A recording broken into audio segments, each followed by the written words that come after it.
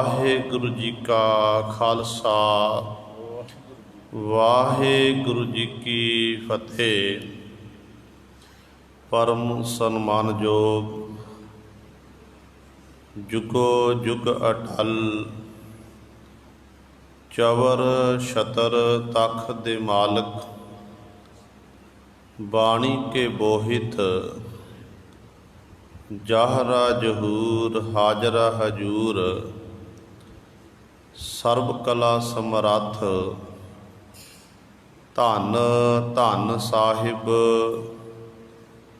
ਸ੍ਰੀ ਗੁਰੂ ਗ੍ਰੰਥ ਸਾਹਿਬ ਸੱਚੇ ਸਤਿਗੁਰੂ ਜੀ ਦੀ ਪਾਵਨ ਪਵਿੱਤਰ ਨਿੱਘੀ ਗੋਦ ਅੰਦਰ ਜੁੜ ਬੈਠੇ ਗੁਰੂ ਰੂਪ ਗੁਰੂ ਸਬਾਰੇ ਸਤ ਸੰਗੀ ਜਨੋ,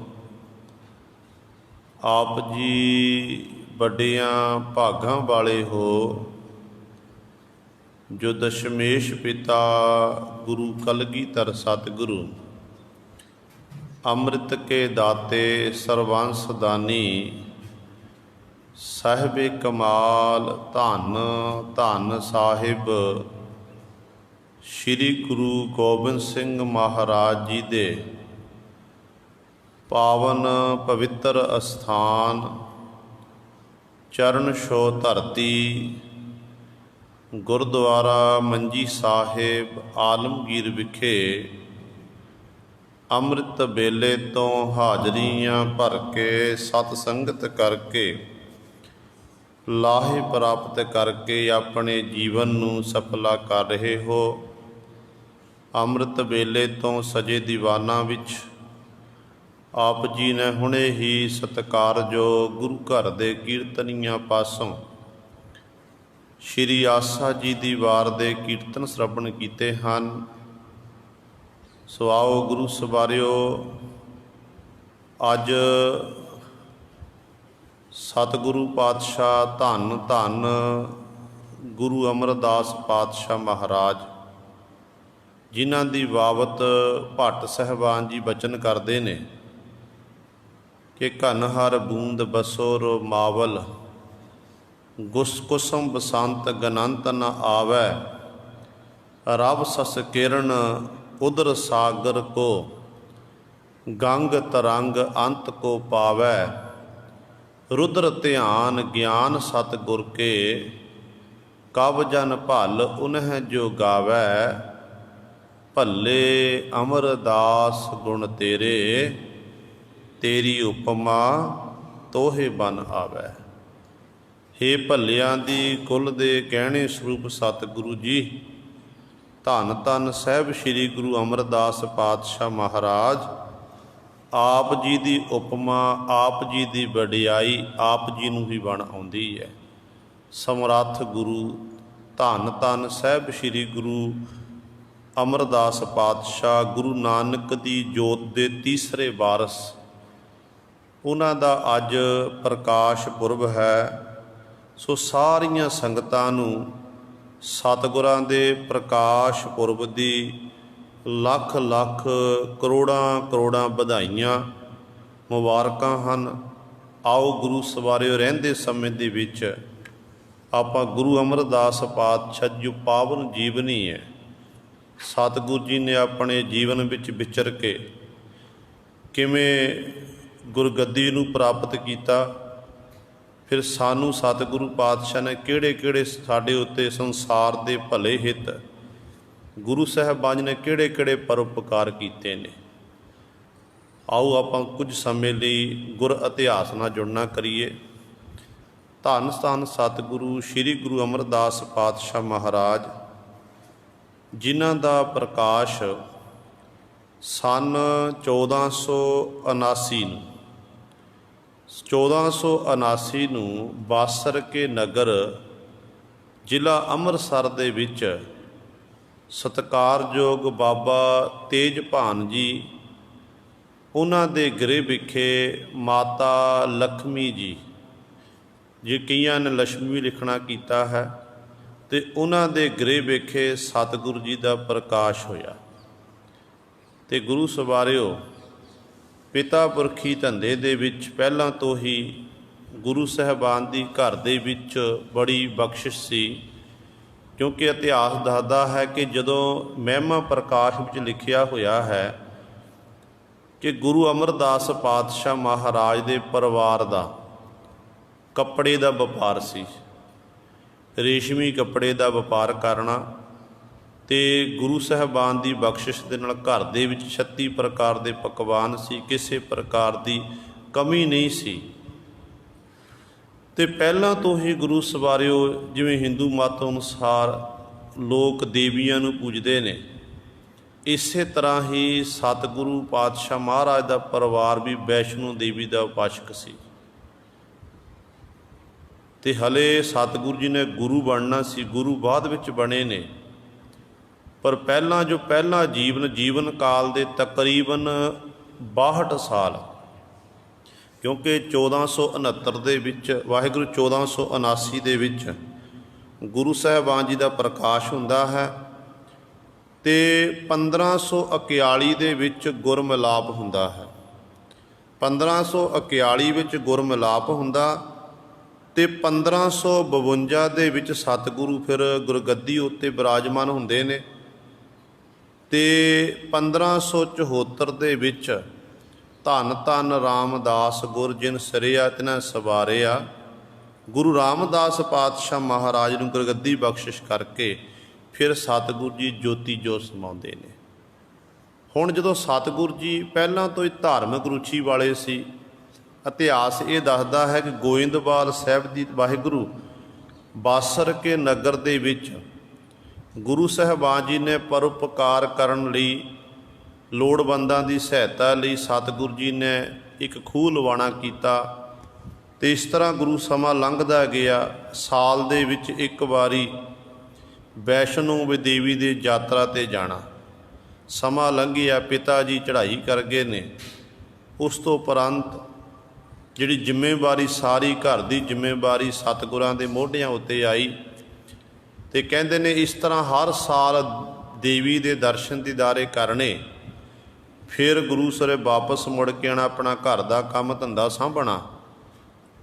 ਜਦੋਂ 20ਵੀਂ ਵਾਰੀ ਸਤਿਗੁਰੂ ਪਾਤਸ਼ਾਹ ਮਹਾਰਾਜ ਜੀ ਜਾ ਰਹੇ ਨੇ ਸੰਗਤ ਦੇ ਜਥੇ ਦੇ ਨਾਲ, ਦਰਸ਼ਨ ਦੀਦਾਰੇ ਦੇਵੀ ਦੇ ਕਰ ਰਹੇ ਨੇ, ਅਤੇ ਗੁਰੂ ਰਸਤੇ ਦੇ ਵਿੱਚ ਕਹਿੰਦੇ ਇੱਕ ਨਗਰ ਦੇ ਵਿੱਚ ਸਤਿਗੁਰੂ ਜੀ ਵਿਸ਼ਰਾਮ ਕਰਨ ਵਾਸਤੇ ਰੁਕੇ ਨੇ, ਥਕੇਵਾਂ ਹੋ ਗਿਆ।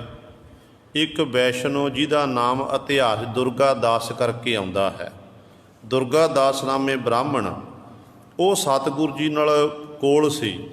ਜੋ ਸਤਿਗੁਰੂ ਜੀ ਨੇ ਆਪਣਾ ਚਰਨ ਗੋਡੇ ਦੇ ਉੱਤੇ ਰੱਖਣਾ ਕੀਤਾ, ਗੁਰੂ ਸਵਾਰ ਲੱਤ ਉੱਤੇ ਲੱਤ ਰੱਖੀ ਹੈ, ਅਤੇ ਸਾਹਮਣੇ ਉਹਨੇ ਸਤਿਗੁਰਾਂ ਦੇ ਸੱਜੇ ਚਰਨ ਵਿੱਚ ਪਦਮ ਦੇਖਣਾ ਕੀਤਾ, ਅਤੇ ਉਹ ਦੁਰਗਾ ਦਾਸ ਨਾਮੇ ਬ੍ਰਾਹਮਣ ਗੁਰੂ ਅਮਰਦਾਸ ਪਾਤਸ਼ਾਹ ਮਹਾਰਾਜ ਦੇ ਚਰਨਾਂ 'ਚ ਆ ਕੇ ਮੱਥਾ ਟੇਕਦਾ, ਕਹਿਣ ਲੱਗਿਆ ਕਿ ਆਉਣ ਵਾਲੇ ਸਮੇਂ ਵਿੱਚ ਤੁਸੀਂ ਜਾਂ ਤਾਂ ਚੱਕਰਵਰਤੀ ਰਾਜੇ ਬਣੋਗੇ, ਜਾਂ ਕਿਸੇ ਧਾਰਮਿਕ ਗੱਦੀ ਦੇ ਤੁਸੀਂ ਵਾਰਸ ਬਣੋਗੇ, ਜਿਹੜੀ ਗੱਦੀ ਇਹੋ ਜਿਹੀ ਹੋਵੇਗੀ ਕਿ ਰਹਿੰਦੀ ਦੁਨੀਆ ਤੱਕ ਜਿਸ ਗੱਦੀ ਨੂੰ ਪੂਜਿਆ ਜਾਵੇਗਾ। ਅਤੇ ਸਤਿਗੁਰੂ ਪਾਤਸ਼ਾਹ ਧੰਨ ਗੁਰੂ ਅਮਰਦਾਸ ਪਾਤਸ਼ਾਹ ਮਹਾਰਾਜ ਅੱਗੋਂ ਮੁਸਕਰਾਉਂਦੇ ਨੇ, ਕਹਿਣ ਲੱਗੇ ਇਹ ਤਾਂ ਪ੍ਰਮਾਤਮਾ ਜਾਣਦਾ, ਉਹ ਵਾਹਿਗੁਰੂ ਜਾਣਦਾ ਹੈ ਕਿ ਸਾਨੂੰ ਕੀ ਪ੍ਰਾਪਤ ਹੋਣਾ ਹੈ, ਪਰ ਗੱਲ ਇਹ ਹੈ ਕਿ ਜੇ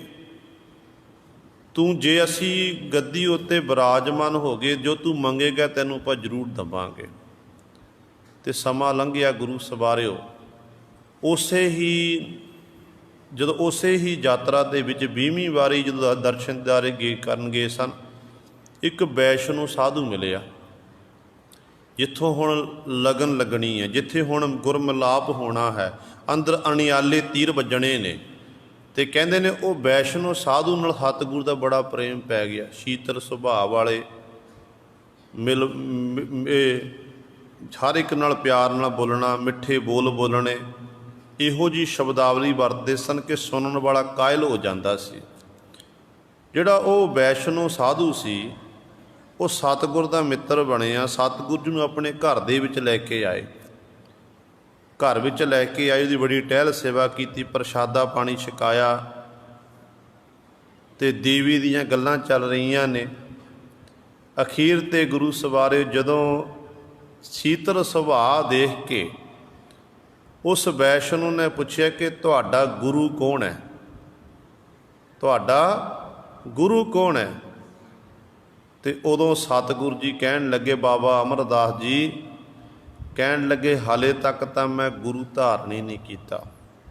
61 ਸਾਲ ਦੀ ਉਮਰ ਹੋ ਗਈ ਸੀ ਉਦੋਂ, ਹਾਲੇ ਤੱਕ ਮੈਂ ਗੁਰੂ ਧਾਰਨ ਨਹੀਂ ਕੀਤਾ। ਕਹਿੰਦੇ ਵੈਸ਼ਨੋ ਸਾਧੂ ਉਸੇ ਸਮੇਂ ਆਪਣੇ ਉਪਲੰਘ ਤੋਂ ਉੱਠਿਆ, ਕਹਿਣ ਲੱਗਿਆ, ਜਿੰਨੇ ਵੀ ਅੱਜ ਤੱਕ ਮੈਂ ਵਰਤ ਰੱਖੇ ਨੇ, ਯਾਤਰਾਵਾਂ ਕੀਤੀਆਂ ਨੇ, ਜਪ ਤਪ ਸਾਧਨ ਕੀਤੇ ਨੇ, ਸਾਰੇ ਮੇਰੇ ਵਿਅਰਥ ਚਲੇ ਗਏ ਨੇ।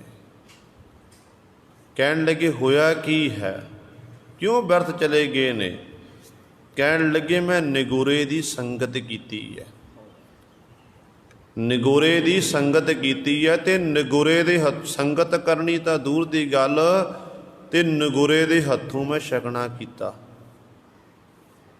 ਗੁਰਬਾਣੀ ਵੀ ਕਹਿੰਦੀ ਹੈ, ਸਤਿਗੁਰੂ ਬਾਝੋਂ ਗੁਰ ਨਹੀਂ ਕੋਈ, ਨਿਗੋਰੇ ਕਾ ਹੈ ਨਾਉ ਬੁਰਾ, ਕਿ ਨਿਗੋਰੇ ਇਨਸਾਨ ਦਾ ਨਾਮ ਲੈਣਾ ਵੀ ਬੁਰਾ ਗੁਰਬਾਣੀ ਮੁਤਾਬਕ।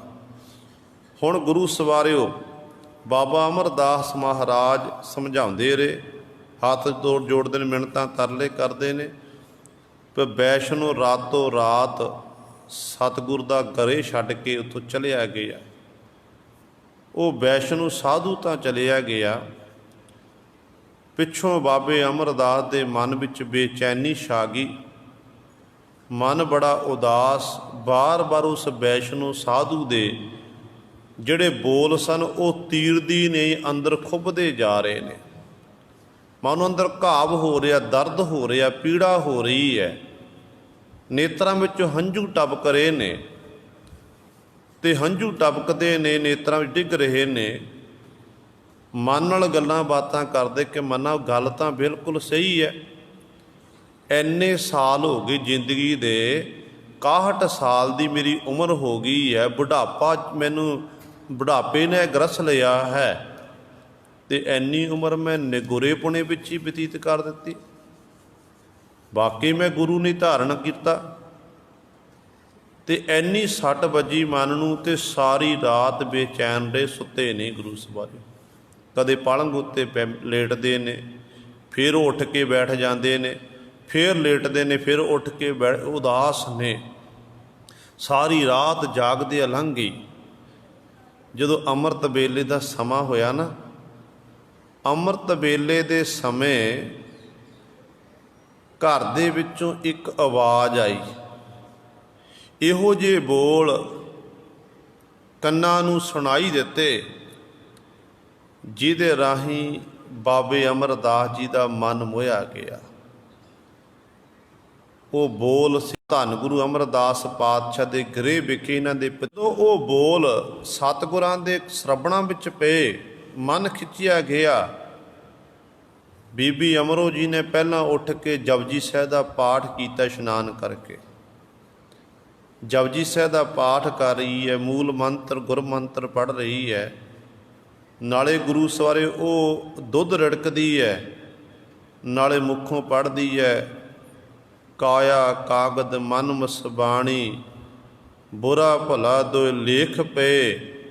ਤੇ ਇੰਜ ਸਤਿਗੁਰਾਂ ਦੀ ਬਾਣੀ ਨੂੰ ਪੜ੍ਹਦੀ ਜਾ ਰਹੀ ਹੈ। ਤੇ ਬਾਬਾ ਅਮਰਦਾਸ ਜੀ ਬੜੇ ਧਿਆਨ ਦੇ ਨਾਲ ਸੁਣਦੇ ਰਹੇ। ਜਦੋਂ ਬਾਣੀ ਦੀ ਸਮਾਪਤੀ ਹੋਈ, ਬੀਬੀ ਅਮਰੋ ਜੀ ਨੇ ਦੁੱਧ ਰਿੜਕਿਆ, ਤੇ ਸਤਿਗੁਰੂ ਬਾਬਾ ਅਮਰਦਾਸ ਜੀ ਕਹਿੰਦੇ ਨੇ ਬੀਬੀ ਅਮਰੋ ਦੇ ਸਨਮੁਖ ਗਏ, ਆਵਾਜ਼ ਦਿੱਤੀ ਕਿ ਬੇਟਾ। ਜਦੋਂ ਬੇਟਾ ਸ਼ਬਦ ਆਖਿਆ, ਬੀਬੀ ਅਮਰੋ ਜੀ ਨੇ ਦੇਖਿਆ ਤੇ ਸਤਿਗੁਰੂ ਪਾਤਸ਼ਾਹ ਮਹਾਰਾਜ ਦੇ ਕੋਲ ਆਏ। ਕਹਿਣ ਲੱਗੇ, ਸਤਿਗੁਰੂ ਜੀ, ਕਿਉਂਕਿ ਸਹੁਰਾ ਸੀ ਸਤਿਗੁਰੂ ਪਾਤਸ਼ਾਹ ਮਹਾਰਾਜ ਜੀ, ਕਹਿਣ ਲੱਗੇ, ਬੇਟਾ ਜਿਹੜੀ ਤੂੰ ਇਹ ਕਲਾਮ ਪੜ੍ਹਦੀ ਸੀ, ਇਹ ਕਿਹਦੀ ਹੈ? ਤੇ ਅੱਗੋਂ ਬੀਬੀ ਅਮਰੋ ਜੀ ਨੇ ਉੱਤਰ ਦੇਣਾ ਕੀਤਾ ਕਿ ਇਹ ਗੁਰੂ ਨਾਨਕ ਸਾਹਿਬ ਮਹਾਰਾਜ ਦੀ ਬਾਣੀ ਹੈ। ਗੁਰੂ ਨਾਨਕ ਸਾਹਿਬ ਮਹਾਰਾਜ ਉਹ ਤਾਂ ਜੋਤੀ ਜੋ ਸਮਾ ਗਏ ਨੇ। ਗੁਰੂ ਨਾਨਕ ਦੀ ਗੱਦੀ ਉੱਤੇ ਇਸ ਵਕਤ ਮੇਰੇ ਪਿਤਾ ਗੁਰੂ ਧੰਨ ਗੁਰੂ ਅੰਗਦ ਦੇ ਮਹਾਰਾਜ ਬਿਰਾਜਮਾਨ ਨੇ। ਤੇ ਗੁਰੂ ਸਵਾਰਿਓ ਗੱਲ ਕੀ ਹੈ ਕਿ ਜਿਹੜੇ ਸਤਿਗੁਰ ਦੇ ਬਚਨ ਨੇ ਨਾ, ਹਿਰਦੇ ਦੇ ਅੰਦਰ ਘਰ ਕਰ ਗਏ ਸੀ। ਜਿਵੇਂ ਆਪਾਂ ਭਗਤ ਕਬੀਰ ਸਾਹਿਬਾਨ ਜੀ ਦੇ ਬਚਨ ਪੜ੍ਹਦੇ ਹਾਂ, ਕਬੀਰ ਸਤਿਗੁਰ ਸੂਰਮੇ ਬਾਹਿਆ ਬਾਨ ਜੋ ਏਕ, ਲਾਗਤ ਹੀ ਭੋਏ ਗਿਰ ਪਰਿਆ ਪਰਾ ਕਲੇਜੇ ਸ਼ੇਕ। ਇਹੋ ਜਿਹੀ ਅਵਸਥਾ ਬਾਬੇ ਅਮਰਦਾਸ ਜੀ ਦੀ ਹੋ ਗਈ ਸੀ। ਤੇ ਬੀਬੀ ਅਮਰੋ ਜੀ ਨੂੰ ਕਹਿਣ ਲੱਗੇ ਕਿ ਇੱਕ ਵਾਰੀ ਤੂੰ ਮੇਰੇ ਨਾਲ ਗੁਰੂ ਸਾਹਿਬਾਨ ਦੇ ਕੋਲ ਚੱਲਣਾ ਕਰ, ਮੈਂ ਤੇਰੇ ਪਿਤਾ ਗੁਰੂ ਜੀ ਦੇ ਕੋਲ ਜਾ ਕੇ ਦਰਸ਼ਨ ਦੀਦਾਰੇ ਕਰਨਾ ਚਾਹੁੰਦਾ ਹਾਂ। ਤੇ ਬੀਬੀ ਅਮਰੋ ਜੀ ਨੇ ਉਸ ਸਮੇਂ ਉੱਤਰ ਦੇਣਾ ਕੀਤਾ ਸੀ, ਕਹਿਣ ਲੱਗੀ ਕਿ ਪਿਤਾ ਜੀ, ਮੇਰੇ ਪਿਤਾ ਗੁਰੂ ਜੀ ਨੇ ਮੈਨੂੰ ਜਦੋਂ ਮੇਰੀ ਡੋਲੀ ਤੋਰੀ ਸੀ, ਮੈਨੂੰ ਉਪਦੇਸ਼ ਦਿੱਤਾ ਸੀ ਕਿ ਬੇਟਾ ਆਪਣੇ ਸਹੁਰੇ ਪਰਿਵਾਰ ਦੇ ਵਿੱਚ ਜਾ ਕੇ ਤੇ ਆਪਣੇ ਸੱਸ ਤੇ ਸਹੁਰੇ ਦੀ ਆਗਿਆ ਵਿੱਚ ਰਹਿਣਾ ਹੈ, ਪਤੀ ਨੂੰ ਪਰਮੇਸ਼ਰ ਜਾਣ ਕੇ ਸੇਵਾ ਕਰਨੀ ਹੈ। ਪਰ ਬੇਟਾ ਜਦੋਂ ਤੱਕ ਅਸੀਂ ਨਹੀਂ ਬੁਲਾਉਂਦੇ ਤੈਂ ਸਹੁਰੇ ਪਰਿਵਾਰ 'ਚੋਂ ਵਾਪਸ ਪੇਕੇ ਘਰ ਨਹੀਂ ਆਉਣਾ ਹੈ। ਮੇਰੇ ਪਿਤਾ ਗੁਰੂ ਜੀ ਦੇ ਬਚਨ ਨੇ ਤੇ ਮੈਂ ਬਚਨਾਂ ਨੂੰ ਕਮਾ ਰਹੀ ਹਾਂ। ਜੇ ਮੈਂ ਚਲੀ ਗਈ ਤੇ ਮੇਰੇ ਬਚਨ ਭੰਗ ਹੁੰਦੇ ਨੇ। ਤੇ ਬਾਬਾ ਅਮਰਦਾਸ ਜੀ ਕਹਿਣ ਲੱਗੇ, ਇੱਕ ਵਾਰੀ ਮੈਨੂੰ ਮਿਲਾ, ਮੈਂ ਤੇਰੇ ਪਿਤਾ ਗੁਰੂ ਕੋਲ ਤੇਰੇ ਵੱਲੋਂ ਮੈਂ ਬੇਨਤੀ ਕਰਦਾ, ਕਹਿ ਦਿਆਂਗਾ ਕਿ ਸਤਿਗੁਰੂ ਮੈਂ ਬੇਨਤੀ ਕੀਤੀ ਸੀ, ਇਹ ਤਾਂ ਮੈਨੂੰ ਲੈ ਕੇ ਆਈ ਹੈ। ਸੋ ਗੁਰੂ ਸਵਰੇ ਇਹ 1541 ਦੀ ਘਟਨਾ ਹੈ। 1541 ਦੇ ਵਿੱਚ ਫਿਰ ਬਾਬਾ ਅਮਰਦਾਸ ਜੀ ਬੀਬੀ ਅਮਰੋ ਜੀ ਦੇ ਨਾਲ ਗੋਇੰਦਵਾਲ ਸਾਹਿਬ ਤੋਂ ਚੱਲੇ ਨੇ ਖਡੂਰ ਸਾਹਿਬ ਦੀ ਧਰਤੀ 'ਤੇ। ਹੁਣ ਜੇਕਰ ਆਪਾਂ ਦੇਖੀਏ ਗੁਰੂ ਸਵਾਰਿਓ, ਇਹ ਗੋਇੰਦਵਾਲ ਸਾਹਿਬ ਤੇ ਖਡੂਰ ਸਾਹਿਬ ਬਿਲਕੁਲ ਲਾਗੇ ਲਾਗੇ ਨੇ। ਜਿਵੇਂ ਆਪਾਂ ਇੱਥੋਂ ਚੱਲ ਜਾਈਏ ਗਿੱਲਾਂ ਚੱਲ ਜਾਈਏ, ਲੁਧਿਆਣੇ ਆਪਾਂ ਨਹਿਰ 'ਤੇ ਚੱਲ ਜਾਈਏ, ਇੰਨਾ ਕੁ ਫਰਕ ਹੈ। ਪਰ ਦੇਖੋ ਕਿਹੋ ਜਿਹੀ ਖੇਡ ਵਰਤੀ ਹੈ ਕਿ ਬਾਬੇ ਅਮਰਦਾਸ ਜੀ ਨੇ ਕਦੇ ਜਾ ਕੇ ਆਪਣੇ ਗੁਰੂ ਅੰਗਦ ਦੇ ਮਹਾਰਾਜ ਦੇ ਦੀਦਾਰ ਨਹੀਂ ਕੀਤੇ। ਕਾਰਨ ਕੀ ਸੀ ਕਿ ਮੱਤ ਹੋਰ ਸੀ, ਦੇਵੀ ਦੇ ਉਪਾਸ਼ਕ ਸੀ, ਆਪਣੀ ਕਿਰਤ ਕਰਦੇ ਸੀ। ਤੇ ਸਿੱਖਿਆ ਕੀ ਮਿਲਦੀ ਹੈ ਸਤਿਗੁਰ ਦੇ ਜੀਵਨ ਤੋਂ? ਆਮ ਤੌਰ 'ਤੇ ਆਪਾਂ ਸਤਿਗੁਰੂ ਜੀ ਸਾਨੂੰ ਸਮਝਾਉਂਦੇ ਨੇ, ਦੱਸਿਆ ਜਿਵੇਂ ਸਾਨੂੰ ਗੁਰੂ ਸਾਹਿਬਾਨ ਕਹਿੰਦੇ ਕਿ ਭਾਈ ਗੁਰੂ ਵਾਲੇ ਬਣਨਾ ਜ਼ਰੂਰੀ ਹੈ। ਤੇ ਬਾਬੇ ਅਮਰਦਾਸ ਜੀ ਨੇ ਇਹ ਜੀਵਨ ਤੋਂ ਸਿੱਖਿਆ ਇਹ ਮਿਲਦੀ ਹੈ ਕਿ ਭਾਈ ਜਿੱਥੇ ਮਰਜੀ ਆਪਾਂ ਭਟਕੀ ਜਾਈਏ, ਥਾਵਾਂ ਥਾਵਾਂ 'ਤੇ ਜਾ ਕੇ ਸੀਸ ਝੁਕਾਉਂਦੇ ਰਹੀਏ, ਪਰ ਜਦੋਂ ਤੱਕ ਗੁਰੂ ਵਾਲੇ ਨਹੀਂ ਬਣਦੇ, ਗੁਰੂ ਸਾਹਿਬਾਨ ਦੀ ਹਜ਼ੂਰੀ ਵਿੱਚ ਨਹੀਂ ਆਉਂਦੇ, ਤੇ ਗੁਰੂ ਤੋਂ ਬਿਨਾਂ ਸਾਡੀ ਗਤ ਨਹੀਂ ਹੋ ਸਕਦੀ ਹੈ। ਕਿ ਭੱਟ ਜੀ ਕਹਿੰਦੇ ਨੇ ਸਤਿਗੁਰ ਦੇ ਬਚਨ ਕਿ ਗੁਰ ਬਿਨ ਘੋਰ ਅੰਧਾਰ, ਗੁਰੂ ਬਿਨ ਸਮਝ ਨ ਆਵੈ, ਗੁਰ ਬਿਨ ਸੁਰਤ ਨ ਸਿੱਧ, ਗੁਰੂ ਬਿਨ ਮੁਕਤ ਨ ਪਾਵੈ। ਹੁਣ ਗੁਰੂ ਸਵਾਰਿਓ ਬਾਬੇ ਅਮਰਦਾਸ ਮਹਾਰਾਜ ਜੀ ਕਹਿੰਦੇ ਨੇ ਇਸ ਤਰ੍ਹਾਂ ਗੋਇੰਦਵਾਲ ਸਾਹਿਬ ਦੀ ਧਰਤੀ ਤੋਂ ਚੱਲੇ, ਖਡੂਰ ਸਾਹਿਬ ਦੀ ਧਰਤੀ 'ਤੇ ਪਹੁੰਚੇ ਨੇ। ਬੀਬੀ ਅਮਰੋ ਜੀ ਅੰਦਰ ਗਏ, ਸਤਿਗੁਰੂ ਨੂੰ ਜਾ ਕੇ ਸਜਦਾ ਕੀਤਾ, ਨਮਸਕਾਰ ਕੀਤੀ। ਫਿਰ ਬਾਬਾ ਅਮਰਦਾਸ ਜੀ ਜਦੋਂ ਅੰਦਰ ਪ੍ਰਵੇਸ਼ ਹੋਏ, ਜਿੱਥੇ ਸਤਿਗੁਰੂ ਦੇ ਦੀਵਾਨ ਸਜੇ ਨੇ, ਜਦੋਂ ਅੰਦਰ ਪ੍ਰਵੇਸ਼ ਹੋਏ ਨਾ, ਬਾਬਾ ਅਮਰਦਾਸ ਜੀ ਨੂੰ ਦੇਖ ਕੇ ਗੁਰੂ ਅੰਗਦ ਦੇ ਮਹਾਰਾਜ ਆਪਣੇ ਸਿੰਘਾਸਣ ਤੋਂ ਉੱਠੇ ਨੇ। ਉੱਠਣ ਦਾ ਕਾਰਨ ਸੀ ਕਿਉਂਕਿ ਦੁਨਿਆਵੀ ਰਿਸ਼ਤੇਦਾਰੀ ਮੁਤਾਬਕ ਗੁਰੂ ਅਮਰਦਾਸ ਪਾਤਸ਼ਾਹ ਤੇ ਧੰਨ ਗੁਰੂ ਅੰਗਦ ਦੇ ਮਹਾਰਾਜ ਕੁੜਮ ਸੀ, ਆਪਸ ਵਿੱਚ ਲੜਕੇ ਵਾਲਾ ਪਰਿਵਾਰ ਸੀ। ਸਤਿਕਾਰ ਨੂੰ ਮੁੱਖ ਰੱਖਦਿਆਂ ਕਿ ਮੇਰੀ ਲੜਕੀ ਦਾ ਸਹੁਰਾ ਮੇਰੇ ਘਰ ਵਿੱਚ ਆਇਆ ਹੈ, ਮੈਂ ਸਤਿਕਾਰ ਕਰਾਂ। ਜਦੋਂ ਸਿੰਘਾਸਣ ਤੋਂ ਉੱਠੇ ਨੇ ਤੇ ਬਾਬੇ ਅਮਰਦਾਸ ਜੀ ਨੇ ਚਰਨ ਪਕੜ ਲਏ ਜਾ ਕੇ, ਨਹੀਂ ਸੱਚੇ ਪਾਤਸ਼ਾਹ, ਮੈਂ ਤੁਹਾਡੇ ਕੋਲ ਆਇਆ ਹਾਂ ਸਿੱਖੀ ਲੈਣ ਵਾਸਤੇ। ਦੁਨਿਆਵੀ ਰਿਸ਼ਤੇਦਾਰੀ ਮੈਂ ਘਰ ਵਿੱਚ ਛੱਡ ਕੇ ਆਇਆ, ਪਿੱਛੇ ਛੱਡ ਕੇ ਆਇਆ ਹਾਂ। ਸਤਿਗੁਰੂ ਦੁਨਿਆਵੀ ਰਿਸ਼ਤੇਦਾਰੀ ਮੁੱਖ ਨਹੀਂ ਰੱਖੀ। ਮੈਂ ਤਾਂ ਤੁਸੀਂ ਮੇਰੇ ਗੁਰੂ ਹੋ ਅਤੇ ਮੈਂ ਤੁਹਾਡਾ ਸਿੱਖ ਹਾਂ। ਕਿਰਪਾ ਕਰਕੇ ਮੈਨੂੰ ਆਪਣਾ ਸਿੱਖ ਬਣਾਉਣਾ ਕਰੋ, ਸਿੱਖੀ ਦੀ ਦਾਤ ਦੇਣਾ ਕਰੋ। ਅਤੇ ਸਤਿਗੁਰੂ ਸਿੰਘਾਸਣ 'ਤੇ ਬੈਠ ਗਏ ਅਤੇ ਬਾਬਾ ਅਮਰਦਾਸ ਜੀ ਹਜ਼ੂਰੀ ਵਿੱਚ ਬੈਠੇ ਨੇ। ਸੰਗਤਾਂ ਗੁਰੂ ਨਤਮਸਤਕ ਹੋ ਰਹੀਆਂ ਨੇ ਅਤੇ ਸੰਗਤਾਂ ਨੂੰ ਸਤਿਗੁਰੂ ਨੇ ਉਪਦੇਸ਼ ਦੇਣਾ ਕੀਤਾ।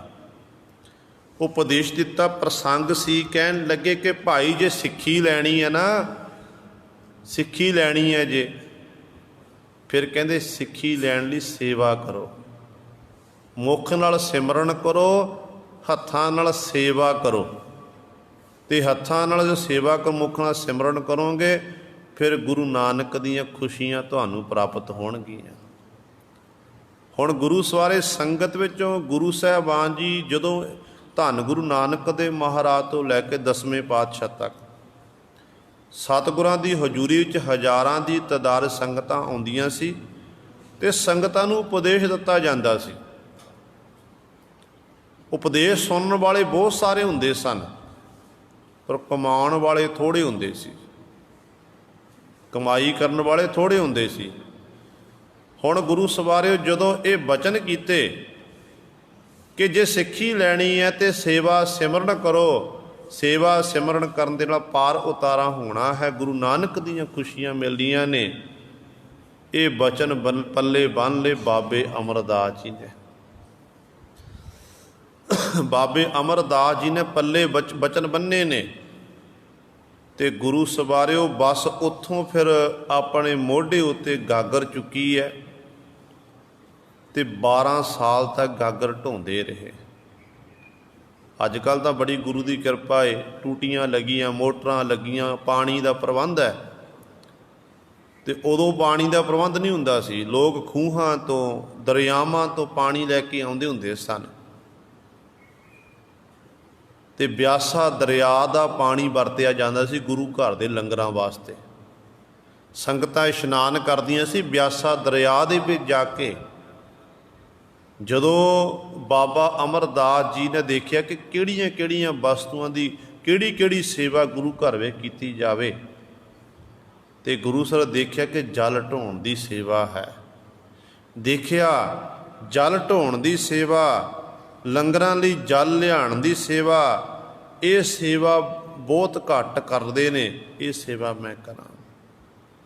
ਮੋਢੇ ਉੱਤੇ ਗਾਗਰ ਚੁੱਕੀ, ਜਲ ਢੋਣ ਲੱਗ ਪਏ ਅਤੇ ਗੁਰੂ ਕੇ ਲੰਗਰਾਂ ਵਾਸਤੇ ਗੁਰੂ ਸਾਹਿਬ ਜਲ ਦੇ ਵੱਡੇ ਵੱਡੇ ਭਾਂਡੇ ਬਰਤਨ ਭਰ ਕੇ ਰੱਖ ਦੇਣੇ ਅਤੇ ਗਾਗਰ ਮੋਢੇ ਉੱਤੇ ਲਾਹੀ ਨਹੀਂ। ਇੱਥੋਂ ਤੱਕ ਫਿਰ ਉਹ ਘੜੀ ਵੀ ਆ ਗਈ ਹੈ ਜਿਹੜਾ ਸਿੱਖ ਧੰਨ ਗੁਰੂ ਅੰਗਦ ਦੇ ਮਹਾਰਾਜ ਦਾ ਇਸ਼ਨਾਨ ਕਰਾਉਂਦਾ ਸੀ ਨਾ, ਅੱਜ ਉਸ ਸਿੱਖ ਨੂੰ ਆਖਿਆ ਕਿ ਜਿਹੜੀ ਤੂੰ ਸੇਵਾ ਕਰਦਾ ਇਹ ਸੇਵਾ ਮੇਰੀ ਝੋਲੀ ਵਿੱਚ ਪਾ, ਇਹ ਸੇਵਾ ਮੇਰੀ ਝੋਲੀ ਵਿੱਚ ਪਾ ਅਤੇ ਮੈਨੂੰ ਇਹ ਸੇਵਾ ਦੇ, ਮੈਂ ਗੁਰੂ ਅੰਗਦ ਦੇ ਮਹਾਰਾਜ ਦਾ ਇਸ਼ਨਾਨ ਕਰਾਇਆ ਕਰਾਂਗਾ ਜੇ ਗੁਰੂ ਕਿਰਪਾ ਕਰੇ। ਸੇਵਾ ਲੈ ਲਈ ਬੇਨਤੀ ਕਰਕੇ ਅਤੇ ਗੁਰੂ ਸਵਾਰਿਓ ਨਿੱਤਾ ਪ੍ਰਤੀ ਜਲ ਲੈ ਕੇ ਆਉਣਾ। ਅੰਮ੍ਰਿਤ ਵੇਲੇ ਪਹਿਰ ਰਾਤ ਰਹਿੰਦੀ ਤੋਂ ਜਾਗਣਾ, ਜਲ ਲੈ ਕੇ ਆਉਣਾ ਅਤੇ ਬਾਬੇ ਗੁਰੂ ਅੰਗਦ ਦੇ ਮਹਾਰਾਜ ਉੱਠਣ ਤੋਂ ਪਹਿਲਾਂ ਉਹ ਜਲ ਗਰਮ ਵੀ ਕਰ ਦੇਣਾ, ਜਲ ਦੇ ਨਾਲ ਇਸ਼ਨਾਨ ਕਰਾਉਣਾ। ਫਿਰ ਸਤਿਗੁਰ ਦੇ ਵਸਤਰ ਸੁੱਧਣੇ ਅਤੇ ਸੇਵਾ ਵਿੱਚ ਤਤਪਰ ਰਹਿਣਾ। ਅਤੇ ਧੰਨ ਗੁਰੂ ਅੰਗਦ ਦੇ ਮਹਾਰਾਜ ਨੇ ਵੀ ਐਸੀ ਖੇਡ ਵਰਤਾਈ ਕਿ ਸਤਿਗੁਰੂ ਕੋਈ ਗੱਲਬਾਤ ਨਹੀਂ ਕਰਦੇ, ਕਦੇ ਹਾਲ ਚਾਲ ਨਹੀਂ ਪੁੱਛੇ ਆਪਣੇ ਸੇਵਕ ਦਾ ਕਿ ਸੇਵਕ ਦੀ ਕਿਸ ਤਰ੍ਹਾਂ ਹੈ, ਕਿਸ ਤਰ੍ਹਾਂ ਰਹਿ ਰਹੇ, ਕੁਝ ਨਹੀਂ ਪੁੱਛਿਆ। ਚੁੱਪ ਸਤਿਗੁਰੂ ਇਸ਼ਨਾਨ ਕਰਾਉਂਦੇ ਨੇ ਨਿੱਤਾ ਪ੍ਰਤੀ, ਗਾਗਰ ਢੋਂਦੇ। ਫਿਰ ਵਿਹਲੇ ਸਮੇਂ ਲੰਗਰਾਂ ਵਿੱਚ ਚਲੇ ਜਾਂਦੇ, ਲੰਗਰਾਂ ਵਿੱਚ ਦਾਲਾਂ ਬਣਾਉਣੀਆਂ, ਸਬਜ਼ੀਆਂ, ਪ੍ਰਸ਼ਾਦੇ ਵਰਤਾਣੇ ਇਤਿਆਦਿਕ ਇਹ ਸੇਵਾਵਾਂ ਕਰਨੀਆਂ ਅਤੇ ਮੁੱਖ ਦੇ ਨਾਲ ਗੁਰੂ ਸਵਾਰੇ ਬਾਣੀ ਪੜ੍ਹਦੇ ਹੁੰਦੇ ਸੀ। ਇੱਥੋਂ ਤੱਕ ਇਹ ਜਿਹੜਾ ਜ਼ਿੰਦਗੀ ਦੇ 12 ਸਾਲ ਸਨ ਗੁਰੂ ਅਮਰਦਾਸ ਪਾਤਸ਼ਾਹ ਦੇ, ਇਹ ਬੜੇ ਔਖੇ ਲੰਘੇ ਨੇ।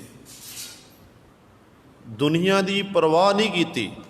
ਦੁਨੀਆ ਦੇ ਲੋਕ ਇੱਥੋਂ ਤੱਕ ਆਖਦੇ ਸਨ ਕਿ ਇਹ ਅਮਰੂ ਹੈ, ਇਹ ਕੁੜਮਾਂ ਦੇ ਘਰ ਰੋਟੀ ਦੇ ਟੁੱਕ ਵਾਸਤੇ ਪਾਣੀ ਢੋਂਦਾ ਫਿਰਦਾ ਏ, ਇਹਨੂੰ ਇਹਦੇ ਬੱਚਿਆਂ ਨੇ, ਪਰਿਵਾਰ ਨੇ ਘਰੋਂ ਕੱਢ ਦਿੱਤਾ, ਘਰੋਂ ਕੋਈ ਦੀ ਗੱਲਬਾਤ ਨਹੀਂ ਪੁੱਛਦਾ। ਕੁਦਰਤੀ ਤੌਰ 'ਤੇ ਜੇ ਕੋਈ ਬਜ਼ੁਰਗ ਆ ਜਾਵੇ ਨਾ ਗੁਰੂ ਘਰ ਵੇਖੇ, ਗੁਰੂ ਘਰ ਆ ਕੇ ਰਹਿਣ ਲੱਗ, ਹੁਣ ਵੀ ਆਪਾਂ ਦੇਖਦੇ ਹਾਂ, ਅਤੇ ਸਾਡੀ ਸਾਰਿਆਂ ਦੀ ਸੋਚ ਇਹ ਹੁੰਦੀ ਹੈ ਕਿ ਇਹ ਬਜ਼ੁਰਗ ਆਪਣਾ ਘਰ ਛੱਡ ਕੇ ਆਇਆ ਹੈ ਅਤੇ ਘਰ ਦੇ ਵਿੱਚ ਇਹਦੀ ਕੋਈ ਗੱਲਬਾਤ ਨਹੀਂ ਪੁੱਛਦਾ ਹੋਵੇਗਾ। ਅਤੇ ਬਾਬੇ ਅਮਰਦਾਸ ਜੀ ਦਾ ਮੁੱਖ ਉੱਤੇ ਕਹਿਣ ਲੱਗ ਪਏ ਕਿ ਆਪਣੇ ਕੁੜਮਾਂ ਦੇ ਘਰ ਕਹਿੰਦੇ ਪਾਣੀ ਢੋਂਦਾ ਫਿਰਦਾ, ਨੌਕਰ ਬਣਿਆ ਫਿਰਦਾ ਹੈ। ਇਤਿਆਦਿਕ ਇਹੋ ਜਿਹੇ ਬੋਲ ਬੋਲੇ ਗਏ ਅਤੇ ਬਾਬਾ ਅਮਰਦਾਸ ਜੀ ਚੁੱਪ ਕਰਕੇ ਸੁਣਦੇ ਰਹੇ। ਕਹਿੰਦੇ ਨੇ ਇਸ ਤਰ੍ਹਾਂ ਹੁਣ ਗੁਰੂ ਮੁੱਖੋਂ ਸਿਮਰਨ ਕਰਦੇ ਨੇ। 1 ਸਾਲ ਦਾ ਸਮਾਂ ਹੋਇਆ। 1 ਸਾਲ ਦੇ ਬਾਅਦ ਧੰਨ ਗੁਰੂ ਅੰਗਦ ਦੇ ਮਹਾਰਾਜ ਨੇ ਇੱਕ ਸਿਰਪਾਓ ਦੀ ਬਖਸ਼ਿਸ਼ ਕੀਤੀ ਹੈ। ਇੱਕ ਬੇਨਤੀ ਕਰਦੇ ਹਾਂ, ਸਰੋਪੇ ਦਾ ਅਰਥ ਹੈ ਸਿਰ ਤੋਂ ਪੈਰਾਂ ਤੱਕ ਕੱਜ ਲੈਣਾ, ਢੱਕ ਲੈਣਾ। ਅੱਜ ਆਪਾਂ ਸਰੋਪੇ ਨੂੰ ਮਜ਼ਾਕ ਬਣਾ ਦਿੱਤਾ ਹੈ, ਅਤੇ ਪੁਰਾਣੇ ਸਮਿਆਂ ਦੇ ਵਿੱਚ ਗੁਰੂ ਸਾਹਿਬਾਨ ਜੀ ਆਪਣੇ ਸਿੱਖਾਂ ਦੀ ਸੇਵਾ ਤੋਂ ਖੁਸ਼ ਹੋ ਕੇ, ਜਿਹੜਾ ਸਿੱਖ ਨੇ ਵੱਧ ਸੇਵਾ ਕੀਤੀ ਹੁੰਦੀ ਹੈ ਉਹਨਾਂ ਨੂੰ ਖੁਸ਼ ਹੋ ਕੇ ਸਤਿਗੁਰੂ ਸਿਰਪਾਓ ਦਿੰਦੇ ਹੁੰਦੇ ਸਨ। ਅਤੇ ਸਤਿਗੁਰੂ ਜੀ ਫਿਰ ਕੀਤੇ ਹੋਏ ਗੁਨਾਹਾਂ ਨੂੰ, ਜੀਵਤ ਪਿਛਲੇ ਕੀਤੇ ਹੋਏ ਪਾਪਾਂ ਨੂੰ ਆਪਣੀ ਬਖਸ਼ਿਸ਼ ਕਰਕੇ ਸਤਿਗੁਰੂ ਕੱਜ ਲੈਂਦੇ, ਢੱਕ ਲੈਂਦੇ ਸੀ। ਅਤੇ ਅੱਜ ਕੱਲ੍ਹ ਇਹ ਖੇਡ ਬਣ ਗਈ ਹੈ। ਅੱਜ ਕੱਲ੍ਹ ਸਰੋਪੇ ਦੀ ਕਦਰ ਨਹੀਂ ਹੈ, ਪਰ ਜਿਹੜੇ ਗੁਰੂ ਸਾਹਿਬ ਨਾਮ ਰੱਸੀ ਹੈ ਬੰਦਗੀ ਕਰਨ ਵਾਲੇ, ਉਹਨੂੰ ਅੱਜ ਵੀ ਕਦਰ ਹੈ। ਜਦੋਂ ਉਹਨੂੰ ਗੁਰੂ ਘਰ ਦੀ ਬਖਸ਼ਿਸ਼ ਹੁੰਦੀ ਹੈ, ਮੱਥੇ ਨਾਲ ਲਾਉਂਦੇ ਨੇ, ਉੱਚੀ ਥਾਂ 'ਤੇ ਘਰ ਜਾ ਕੇ ਰੱਖਦੇ ਨੇ ਕਿ ਗੁਰੂ ਦੀ ਇਹ ਬਖਸ਼ਿਸ਼ ਮੈਨੂੰ ਪ੍ਰਾਪਤ ਹੋਈ ਹੈ, ਮੈਨੂੰ ਸਾਂਭ ਕੇ ਰੱਖਣਾ ਕਰਾਂ। ਸੋ ਬਾਬੇ ਅਮਰਦਾਸ ਜੀ ਨੂੰ ਇੱਕ ਸਿਰਪਾਓ ਦਿੱਤਾ ਗਿਆ। ਸਿਰਪਾਓ ਗੁਰੂ ਸਵਾਰੇ। ਹੁਣ ਬਾਬਾ ਅਮਰਦਾਸ ਜੀ ਸੋਚਦੇ ਕਿੱਥੇ ਇਹਨੂੰ ਵਰਤਣਾ ਕਰਾਂ, ਕਿਹੜੇ ਅੰਗ ਨਾਲ ਲਾਣਾ ਕਰਾਂ। ਪੈਰਾਂ ਤੋਂ ਲਾ ਕੇ ਆਪਣੇ ਹੱਥਾਂ ਤੱਕ ਦੇਖਦੇ ਨੇ, ਧੌਣ ਤੱਕ ਦੇਖਿਆ ਕਿ ਨਹੀਂ। ਸੀਸ ਝੁਕਦਾ ਗੁਰੂ ਅੰਗਦ ਦੇ ਮਹਾਰਾਜ ਦੇ ਚਰਨਾਂ ਵਿੱਚ। ਸਰੀਰ ਵਿੱਚੋਂ ਸਭ ਤੋਂ ਉੱਤਮ ਜੀਵ ਦਾ ਸੀਸ ਹੈ, ਅਤੇ ਇਹ ਗੁਰੂ ਦੀ ਅਮਰਦਾਸ ਜੀ ਨੇ ਉਹ ਜਿਹੜਾ ਸੀ ਆਪਣੇ ਸੀਸ ਉੱਤੇ ਸਜਾ ਲਿਆ। ਸਿਰਪਾਓ ਦਿੱਤਾ ਜ਼ਰੂਰ, ਪਰ ਕੋਈ ਗੱਲਬਾਤ ਹਾਲ ਚਾਲ ਨਹੀਂ ਪੁੱਛਿਆ। ਫਿਰ ਗੁਰੂ ਸਵਾਰੇ ਉਸੇ ਤਰ੍ਹਾਂ ਸੇਵਾ ਕਰਨ ਲੱਗ ਪਏ। ਇਸੇ ਤਰ੍ਹਾਂ ਕਹਿਣ ਦਾ ਭਾਵ ਹੈ ਕਿ 12 ਸਾਲ ਲੰਘ ਗਏ। ਕਈ ਵਾਰੀ ਇਸ ਤਰ੍ਹਾਂ ਜਦੋਂ ਜ਼ਿੰਦਗੀ 'ਚ ਵਿਚਰ ਝੱਖੜ ਆਇਆ, ਵਰਖਾ ਹੋਈ ਤੇਜ਼ੀ ਦੀ, ਕਈ ਵਾਰੀ ਬਿਰਧ ਸਰੀਰ ਹੋਣ ਕਰਕੇ ਬਾਬਾ ਅਮਰਦਾਸ ਜੀ ਤਿਲਕਣ ਖਾ ਕੇ, ਗੁਰੂ ਤਿਲਕ ਕੇ ਡਿੱਗੇ ਵੀ ਹਨ, ਸੱਟ ਚੋਟ ਵੀ ਲੱਗੀ ਹੈ, ਪਰ ਗਾਗਰ ਮੋਢੇ ਉੱਤੋਂ ਨਹੀਂ ਲਾਈ। ਇਤਿਹਾਸਕਾਰ ਲਿਖਦੇ ਨੇ, ਕਹਿੰਦੇ ਨੇ ਸਤਿਗੁਰੂ ਜੀ ਨੇ ਆਪਣੇ ਸੀਸ ਉੱਤੇ ਗਾਗਰ ਬੰਨ੍ਹ ਲਈ ਸੀ। ਸੀਸ ਉੱਤੇ ਗਾਗਰ ਬੰਨ੍ਹੀ। ਜਦੋਂ ਬਿਆਸਾ ਨਦੀ ਵਿੱਚ ਪ੍ਰਵੇਸ਼ ਹੁੰਦੇ ਸੀ ਅਤੇ ਸਣੇ ਵਸਤਰਾਂ ਦੇ ਪ੍ਰਵੇਸ਼ ਹੋ ਜਾਣਾ, ਚੁੱਭੀ ਮਾਰਨੀ, ਅਤੇ ਨਾਲੇ ਆਪਣਾ ਇਸ਼ਨਾਨ ਹੋ ਜਾਣਾ, ਅਤੇ ਨਾਲੇ ਗੁਰੂ ਸਾਹਿਬ ਗਾਗਰ ਭਰ ਕੇ ਨਾ, ਜਦੋਂ ਗਾਗਰ ਭਰ ਨੂੰ ਉਦੋਂ ਬਾਹਰ ਨਿਕਲਣਾ। ਉਹ ਨਹੀਂ ਦੇਖਣਾ ਕਿ ਗਰਮੀ ਹੈ ਕਿ ਸਰਦੀ ਹੈ। ਮਾਨੋ ਗਰਮੀ ਵਿੱਚ ਤਾਂ ਆਪਾਂ ਚੁੱਭੀ ਮਾਰ ਲਵਾਂਗੇ, ਸਾਡੀ ਤਪਸ਼ ਦੂਰ ਹੋਵੇਗੀ, ਪਰ ਸਰਦੀਆਂ ਵਿੱਚ ਚੁੱਭੀ ਮਾਰਨੀ ਅਤੇ ਗਿੱਲੇ ਵਸਤਰ ਪਹਿਨ ਕੇ ਰੱਖਣੇ। ਅਤੇ ਬਾਬੇ ਅਮਰਦਾਸ ਜੀ ਦਾ ਜੀਵਨ ਇਹੋ ਜਿਹਾ ਸੀ। ਗਿੱਲੇ ਵਸਤਰ ਸਰੀਰ ਉੱਤੇ ਪਹਿਨੇ ਹੋਏ, ਪਰ ਚਾਹੇ ਸਰਦੀ ਹੈ ਚਾਹੇ ਗਰਮੀ ਹੈ, ਇੱਕ ਸਮ ਬਿਰਤੀ। ਆਪਣੇ ਸਰੀਰ ਵੱਲ ਧਿਆਨ ਹੈ ਹੀ ਨਹੀਂ ਸੀ। ਧਿਆਨ ਸੀ ਉਹਨਾਂ ਦਾ ਗੁਰੂ ਸਾਹਿਬਾਨ ਦੀ ਵੱਲ, ਕਿ ਗੁਰੂ ਦੀਆਂ ਮੈਂ ਖੁਸ਼ੀਆਂ ਪ੍ਰਾਪਤ ਕਰ ਲਵਾਂ। ਆਮ ਤੌਰ 'ਤੇ ਆਪਾਂ ਆਪਣੇ ਸਰੀਰਾਂ ਵੱਲ ਧਿਆਨ ਰੱਖਦੇ ਨੇ, ਅਤੇ ਸਤਿਗੁਰੂ ਜਿਹੜੇ ਸਤਿਗੁਰੂ ਨੂੰ ਮੰਨਣ ਵਾਲੇ ਗੁਰੂ ਸਾਹਿਬਾਨ ਦੇ ਨਾਲ ਇੱਕ ਮਿੱਕ ਨੇ, ਉਹ ਕਹਿੰਦੇ ਨਹੀਂ, ਆਪਣਾ ਧਿਆਨ ਅਸੀਂ ਗੁਰੂ ਦੇ ਵੱਲ ਰੱਖਣਾ, ਗੁਰੂ ਦੀਆਂ ਖੁਸ਼ੀਆਂ ਲੈਣੀਆਂ ਨੇ। ਜਦੋਂ ਗੁਰੂ ਦੀਆਂ ਸਾਨੂੰ ਖੁਸ਼ੀਆਂ, ਸਭ ਕੁਝ ਮਿਲ ਜਾਵੇਗਾ। ਜ਼ਿੰਦਗੀ ਦੇ ਹਰ ਸਾਲ ਇੱਕ ਸਿਰਪਾਓ ਦਿੱਤਾ ਜਾਂਦਾ, ਅਤੇ ਸਤਿਗੁਰੂ ਆਪਣੇ ਸੀਸ ਉੱਤੇ ਸਜਾਉਂਦੇ ਨੇ। ਫਿਰ ਉਹ ਸਮਾਂ ਆਇਆ ਜਦੋਂ 12ਵੇਂ ਸਾਲ ਸਤਿਗੁਰੂ ਅੱਜ ਸੇਵਾ ਕਰਨ ਲਈ, ਜਲ ਲੈਣ ਲਈ ਤੁਰਨ ਲੱਗੇ, ਅਤੇ ਗੁਰੂ ਸਾਹਿਬਾਨ ਨੇ ਐਸੀ ਖੇਡ ਵਰਤਾ ਦਿੱਤੀ। ਅੱਜ ਗੁਰੂ ਸਵਾਰਿਓ ਆਕਾਸ਼ ਦੇ ਵਿੱਚ ਬੱਦਲ ਗਰਜ ਰਹੇ ਨੇ, ਬੜੀ ਤੇਜ਼ੀ ਦਾ ਝੱਖੜ ਚੱਲ ਰਿਹਾ ਹੈ। ਕਦਮ ਪੁੱਟਿਆ ਬਾਹਰ, ਸੋਚਦੇ ਨੇ ਕਿ ਜਾਵਾਂ ਕਿ ਨਹੀਂ ਜਾਵਾਂ। ਫਿਰ ਵਿਚਾਰ ਆਈ ਕਿ ਨਹੀਂ, ਕਿ ਤੈਨੂੰ 11 ਸਾਲ 12ਵਾਂ ਸਾਲ ਚਾਰਿਆ ਸੇਵਾ ਕਰਦਿਆਂ ਗੁਰੂ ਦੇ ਦਰ ਤੇ। ਇੰਨੀ ਵਾਰੀ ਝੱਖੜ ਆਇਆ, ਇੰਨੀ ਵਾਰੀ ਮੀਂਹ ਪਿਆ, ਇੰਨੀ ਵਾਰੀ ਤੂੰ ਡਿੱਗ ਡੋਲੇ ਖਾ ਕੇ ਤਿਲਕ ਕੇ ਡਿੱਗਿਆ ਹੈ, ਸੱਟ ਚੋਟ ਵੀ ਲੱਗੀ ਹੈ, ਤੇ ਉਦੋਂ ਤਾਂ ਤੂੰ ਰੁਕਿਆ ਨਹੀਂ, ਹੁਣ ਤੇਰਾ ਮਨ ਕਿਉਂ ਬੇਈਮਾਨ ਹੋ ਰਿਹਾ? ਨਹੀਂ, ਚਾਹੇ ਮੇਰੇ ਸਰੀਰ ਦੇ ਜਿੰਨੀਆਂ ਮਰਜ਼ੀ ਫੱਟ ਲੱਗਣ, ਦੁੱਖ ਹੋਵੇ, ਮੈਨੂੰ ਤਕਲੀਫ ਹੋਵੇ, ਮੈਂ ਇਹ ਸੇਵਾ ਨਹੀਂ ਛੱਡਣੀ, ਮੈਂ ਜਲ ਲੈ ਕੇ ਆਉਣਾ। ਬਿਰਧ ਅਵਸਥਾ ਤੇ ਗੁਰੂ ਸਵਾਰਿਓ, ਬਿਰਧ ਅਵਸਥਾ ਦੇ ਵਿੱਚ ਕਹਿੰਦੇ ਚੱਲ ਪਏ ਨੇ ਘਰੋਂ, ਬਿਆਸਾ ਨਦੀ ਵਿੱਚ ਜਿਵੇਂ ਕਿਵੇਂ ਕਰਕੇ ਪਹੁੰਚੇ। ਗਾਗਰ ਜਲ ਦੀ ਭਰੀ ਐ, ਸੀਸ ਉੱਤੇ ਸਜਾਈ, ਤੇ ਵਾਪਸ ਆ ਰਹੇ ਨੇ ਜਦੋਂ, ਬੜੀ ਤੇਜ਼ੀ ਦਾ ਝੱਖੜ ਚੱਲਿਆ।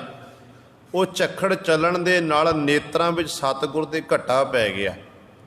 ਘੱਟਾ ਪਿਆ ਹੈ ਤੇ ਗੁਰੂ ਸਵਾਰੇ ਰਾਹ ਭੜਕੇ ਨੇ। ਕਹਿੰਦੇ ਰਸਤੇ ਵਿੱਚ ਜੁਲਾਹਿਆਂ ਦਾ ਘਰ ਸੀ, ਜੁਲਾਹੇ ਦੀ ਖੱਡੀ ਲਾਈ ਹੋਈ ਸੀ, ਤੇ ਕਿੱਲੇ ਨਾਲ ਸਤਿਗੁਰੂ ਜੀ ਦਾ, ਕਿੱਲੀ ਨਾਲ ਜਦੋਂ ਚਰਨ ਵੱਜਿਆ ਤੇ ਸਤਿਗੁਰੂ ਇਸ ਤਰ੍ਹਾਂ ਗੁਰੂ ਸਰੇ ਖੱਡੀ ਵਿੱਚ ਜਾ ਕੇ ਡਿੱਗੇ। ਖੜਾਕ ਹੋਇਆ। ਜਦੋਂ ਖੜਾਕ ਹੋਇਆ ਤੇ ਜਲਾਹਾ ਆਪਣੀ ਜਲਾਹੀ ਨੂੰ ਪੁੱਛਦਾ ਕਿ ਅੱਧੀ ਰਾਤ ਵੇਲੇ ਇਸ ਵੇਲੇ ਕੌਣ ਹੋਵੇਗਾ?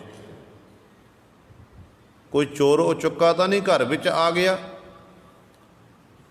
ਤੇ ਜਦੋਂ ਬਿਜਲੀ ਲਿਸ਼ਕੀ ਹੈ ਸਾਹਮਣੇ, ਬਿਜਲੀ ਲਿਸ਼ਕਦਿਆਂ ਹੋਇਆਂ ਬਾਬੇ ਅਮਰਦਾਸ ਜੀ ਦੇ ਦੀਦਾਰ ਉਸ ਜਲਾਹੀ ਨੇ ਕੀਤੇ, ਤੇ ਤਾਨਾ ਮਾਰਿਆ, ਕਹਿਣ ਲੱਗੀ ਹੋਰ ਕੌਣ ਹੋਵੇਗਾ? ਉਹੀ ਅਮਰੂ ਨਿਥਾਵਾਂ ਹੈ, ਜਿਹੜਾ ਕੁੜਮਾਂ ਦੇ ਘਰ ਰੋਟੀ ਦੇ ਟੁੱਕ ਲਈ ਪਾਣੀ ਢੋਂਦਾ ਫਿਰਦਾ ਹੈ। ਕਿਉਂਕਿ ਪਹਿਲਾਂ ਵੀ ਦਾਸ ਨੇ ਬੇਨਤੀ ਕੀਤੀ, ਇੱਕ ਨੇ ਨਹੀਂ ਕਈਆਂ ਨੇ ਇਹ ਸ਼ਬਦ ਵਰਤੇ ਨੇ ਕਿ ਰੋਟੀ ਦੇ ਟੁੱਕ ਵਾਸਤੇ ਆਪਣੇ ਕੁੜਮਾਂ ਦੇ ਘਰ ਪਾਣੀ ਢੋਂਦਾ ਫਿਰਦਾ। ਜਦੋਂ ਅੱਜ ਆਖਿਆ ਨਾ ਉਸ ਜਲਾਹੀ ਨੇ ਕਿ ਕੌਣ ਹੈ, ਕਹਿੰਦੇ ਉਹੀ ਅਮਰੂ ਨਿਥਾਵਾਂ, ਜਿਹੜਾ ਕੁੜਮਾਂ ਦੇ ਘਰ ਰੋਟੀ ਦੇ ਟੁੱਕ ਵਾਸਤੇ ਪਾਣੀ ਢੋਂਦਾ ਫਿਰਦਾ। ਬਸ ਇੱਥੋਂ ਗੁਰੂ ਸਰ ਸਤਿਗੁਰ ਤੋਂ ਰਿਹਾ ਨਹੀਂ ਗਿਆ। ਕਹਿਣ ਲੱਗੇ, ਕਮਲੀਏ ਝੱਲੀਏ, ਕੌਣ ਕਹਿੰਦਾ ਮੈਂ ਨਿਥਾਵਾਂ ਹਾਂ? ਮੈਂ ਤਾਂ ਹੁਣ ਥਾਂ ਵਾਲਾ ਹੋ ਗਿਆ ਹਾਂ, ਮੈਂ ਗੁਰੂ ਵਾਲਾ ਬਣ ਗਿਆ। ਪਹਿਲਾਂ ਮੈਂ ਨਿਥਾਵਾਂ ਸੀ, ਹੁਣ ਤਾਂ ਮੈਂ ਗੁਰੂ ਵਾਲਾ ਹਾਂ। ਮੇਰਾ ਮਾਲਕ ਹੈ, ਮੇਰਾ ਮਾਲਕ ਗੁਰੂ ਅੰਗਦ ਦੇਵ ਮਹਾਰਾਜ ਜੀ ਹਨ। ਜਦੋਂ ਇਸ ਤਰ੍ਹਾਂ ਆਖਿਆ ਤੇ ਗਾਗਰ ਚੁੱਕੀ। ਦੇਖੋ, ਆਪਣੇ ਸਰੀਰ ਉੱਤੇ ਸੱਟ ਸਹਿਣ ਕਰ ਲਈ, ਪਰ ਗਾਗਰ ਨਹੀਂ ਡਿੱਗਣ ਦਿੱਤੀ। ਗਾਗਰ ਚੁੱਕੀ ਹੈ। ਫਿਰ ਗੁਰੂ ਸਵਾਰੇ ਸਤਿਗੁਰਾਂ ਕੋਲ ਆਏ, ਸਤਿਗੁਰੂ ਜੀ ਦਾ ਇਸ਼ਨਾਨ ਕਰਾਇਆ, ਬਸਤਰ ਪਹਿਨਾਏ, ਬਸਤਰ ਸਾਂਭੇ।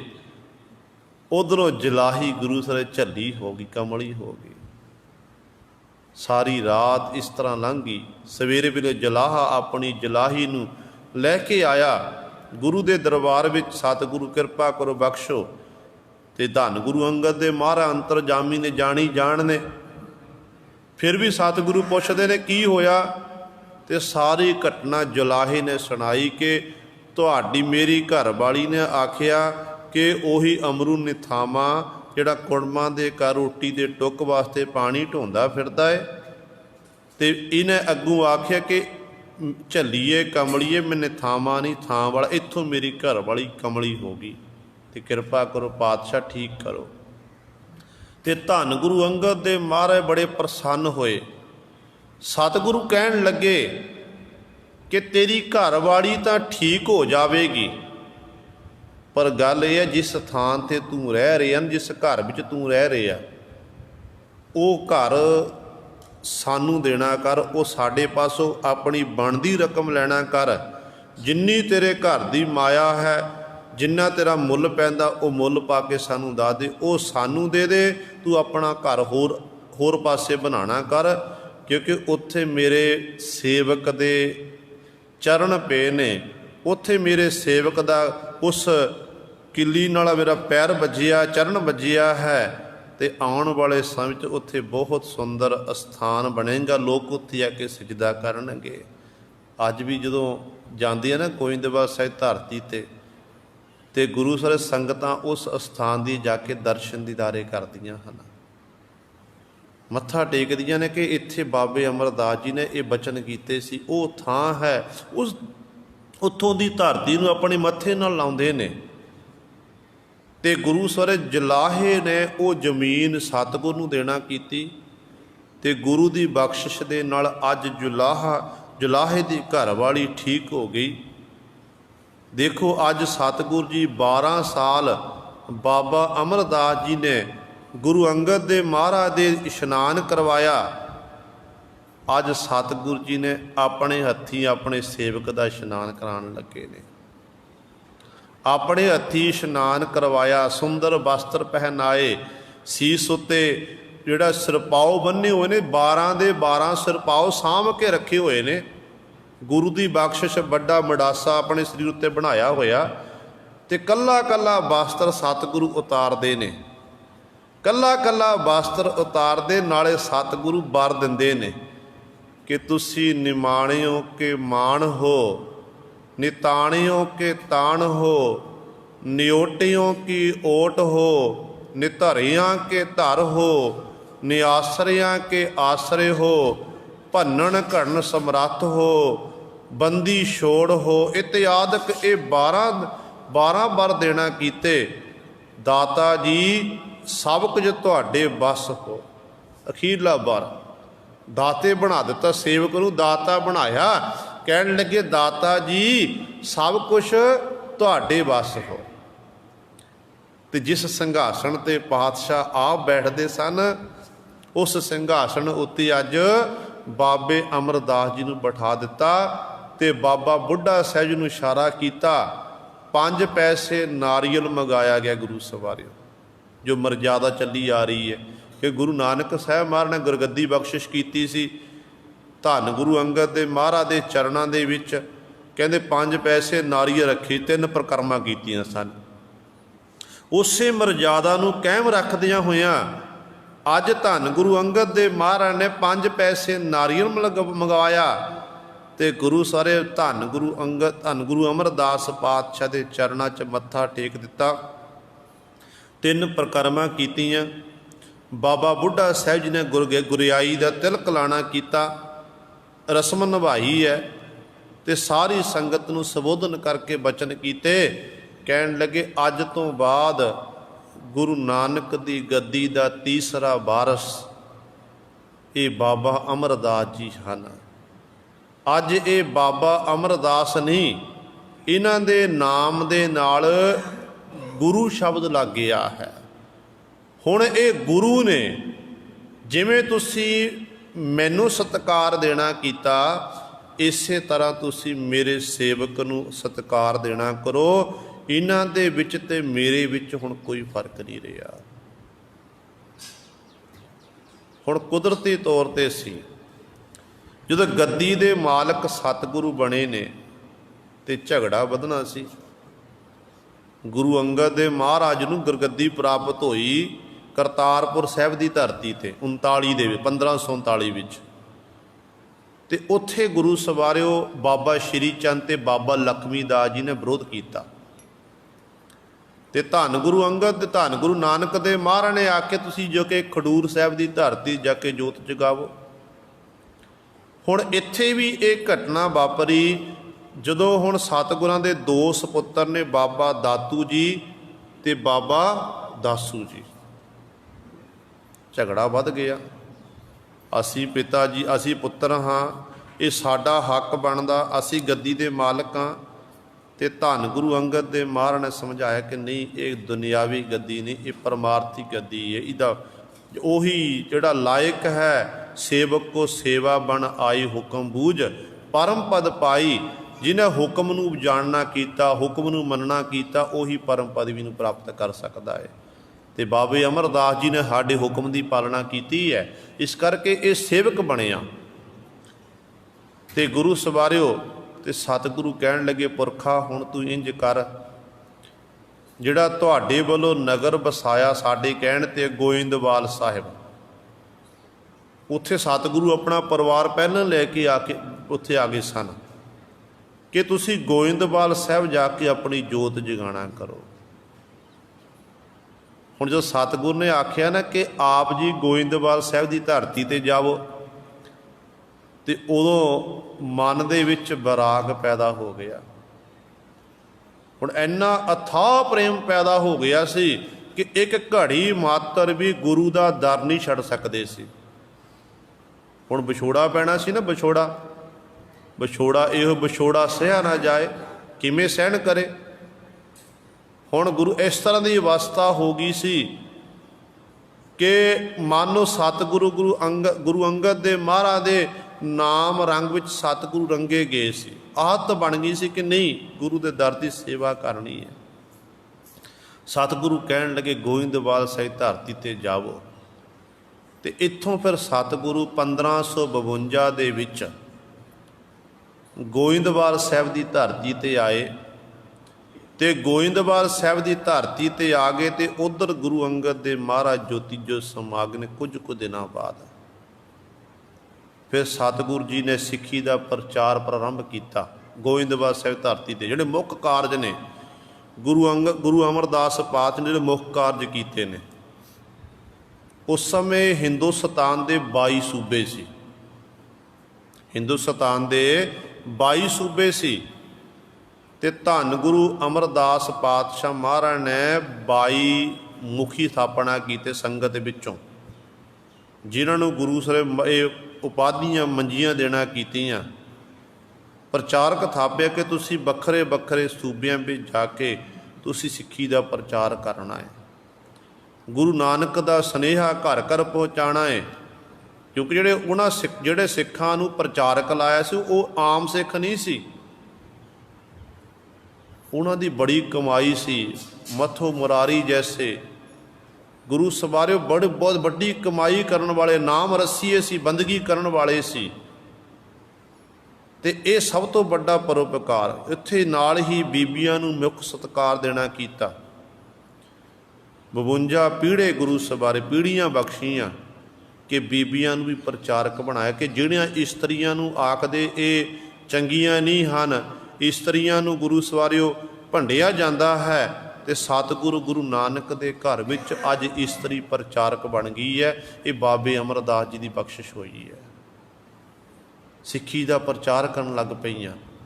ਉਸ ਤੋਂ ਵੱਡੀ ਬਖਸ਼ਿਸ਼ ਕੀਤੀ ਹੈ ਉਦੋਂ ਹਿੰਦੁਸਤਾਨ ਦੀ ਧਰਤੀ ਦੇ ਉੱਤੇ ਜਦੋਂ ਇਸਤਰੀ ਦਾ ਪਤੀ ਚੜ੍ਹਾਈ ਕਰ ਜਾਂਦਾ ਸੀ ਨਾ, ਤੇ ਵਿਧਵਾ ਨੂੰ ਫਿਰ ਦੁਬਾਰਾ ਅਧਿਕਾਰ ਨਹੀਂ ਸੀ ਵਿਆਹ ਕਰਵਾਉਣ ਦਾ। ਤੇ ਬਾਬੇ ਅਮਰਦਾਸ ਜੀ ਨੇ ਫਿਰ ਇਹ ਸ਼ੁਰੂਆਤ ਕਰਾਈ ਸੀ। ਜਦੋਂ ਬਾਦਸ਼ਾਹ ਅਕਬਰ ਸਤਿਗੁਰਾਂ ਦੇ ਦਰਬਾਰ ਵਿੱਚ ਆਇਆ, ਉਹਨੇ ਲੰਗਰ ਵਿੱਚ ਬੈਠ ਕੇ ਪ੍ਰਸ਼ਾਦਾ ਛਕਿਆ, ਤੇ ਪ੍ਰਸ਼ਾਦਾ ਛਕਣ ਉਪਰੰਤ ਬੜਾ ਖੁਸ਼ ਹੋਇਆ। ਤੇ ਉਦੋਂ ਸਤਿਗੁਰੂ ਜੀ ਨੇ ਕਹਿ ਕੇ ਫਿਰ ਇੱਕ ਸਤੀ ਪ੍ਰਥਾ ਕੀ ਹੈ, ਤੇ ਸਤੀ ਪ੍ਰਥਾ ਜਦੋਂ ਇਸਤਰੀ ਦਾ ਪਤੀ ਚੜ੍ਹਾਈ ਕਰ ਜਾਂਦਾ ਸੀ ਨਾ, ਤੇ ਪੁਰਾਣੇ ਸਮਿਆਂ ਦੇ ਵਿੱਚ ਇਸਤਰੀ ਨੂੰ ਫਿਰ ਨਾਲ ਚਿਖਾ ਵਿੱਚ ਜਿਉਂਦਿਆਂ ਸੜਨਾ ਪੈਂਦਾ ਸੀ, ਜਿਉਂਦਿਆਂ ਨੂੰ ਸੜਨਾ ਪੈਣਾ। ਤੇ ਧੰਨ ਗੁਰੂ ਅਮਰਦਾਸ ਪਾਤਸ਼ਾਹ ਤੋਂ ਰਿਹਾ ਨਹੀਂ ਗਿਆ, ਤੇ ਸਤਿਗੁਰੂ ਨੇ ਬਾਦਸ਼ਾਹ ਅਕਬਰ ਨੂੰ ਆਖਿਆ ਕਿ ਇਹ ਕੀ ਹੈ, ਕਿਹੋ ਜਿਹਾ ਕਾਨੂੰਨ ਹੈ। ਪਰਮਾਤਮਾ ਦੇ ਹੁਕਮ ਅਨੁਸਾਰ ਮਨੁੱਖ ਜੀਵ ਨੂੰ ਸਵਾਸਾ ਰੂਪੀ ਪੂੰਜੀ ਪ੍ਰਾਪਤ ਹੁੰਦੀ ਹੈ। ਪਤੀ ਪਤਨੀ ਦਾ ਸੰਬੰਧ ਬਣਦਾ। ਕਈ ਵਾਰ ਇਸ ਤਰ੍ਹਾਂ ਹੁੰਦਾ ਕਿ ਪਤੀ ਪਹਿਲਾਂ ਚਲਿਆ ਜਾਂਦਾ, ਕਿ ਪਤਨੀ ਪਹਿਲਾਂ ਚਲੀ ਜਾਂਦੀ ਹੈ। ਜੇ ਹੁਣ ਪਤੀ ਚੜ੍ਹਾਈ ਕਰ ਗਿਆ ਤੇ ਪਤਨੀ ਨੂੰ ਨਾਲ ਸੜਨਾ ਪੈਂਦਾ ਹੈ। ਕਾਨੂੰਨ ਇਹ ਕਹਿੰਦਾ ਹੈ ਜੇ ਪਤਨੀ ਸੜਦੀ ਹੈ ਨਾਲ, ਜੇ ਪਤਨੀ ਚੜ੍ਹਾਈ ਕਰੇ ਪਤੀ ਵੀ ਨਾਲ ਸੜੇ। ਗੱਲ ਤਾਂ ਬਣਨੀ ਹੈ ਨਾ। ਹੁਣ ਪਤੀ ਚੜ੍ਹਾਈ ਕਰ ਗਿਆ, ਪਤਨੀ ਨੂੰ ਸੜਨਾ ਪੈਂਦਾ। ਜੇ ਪਤਨੀ ਚੜ੍ਹਾਈ ਕਰਦੀ ਹੈ ਤੇ ਪਤੀ ਦੂਜਾ ਵਿਆਹ ਕਰਾ ਲੈਂਦਾ। ਇਹ ਕਿੱਥੋਂ ਦਾ ਕਾਨੂੰਨ ਹੈ? ਤੇ ਗੁਰੂ ਅਮਰਦਾਸ ਪਾਤਸ਼ਾਹ ਨੇ ਆਖਿਆ ਕਿ ਨਹੀਂ, ਇਹ ਬਿਲਕੁਲ ਗਲਤ ਹੈ। ਇਸ ਸਤੀ ਪ੍ਰਥਾ ਨੂੰ ਬੰਦ ਕਰਨਾ ਕਰੋ। ਸਤੀ ਪ੍ਰਥਾ ਐਸੀ ਸੀ, ਜਦੋਂ ਪਤੀ ਚੜ੍ਹਾਈ ਕਰਦਾ ਸੀ ਨਾ, ਇਸਤਰੀ ਨੂੰ ਸਾਰੇ ਸ਼ਿੰਗਾਰ ਕਰਾਏ ਜਾਂਦੇ ਸੀ, 16 ਪ੍ਰਕਾਰ ਦੇ ਸ਼ਿੰਗਾਰ।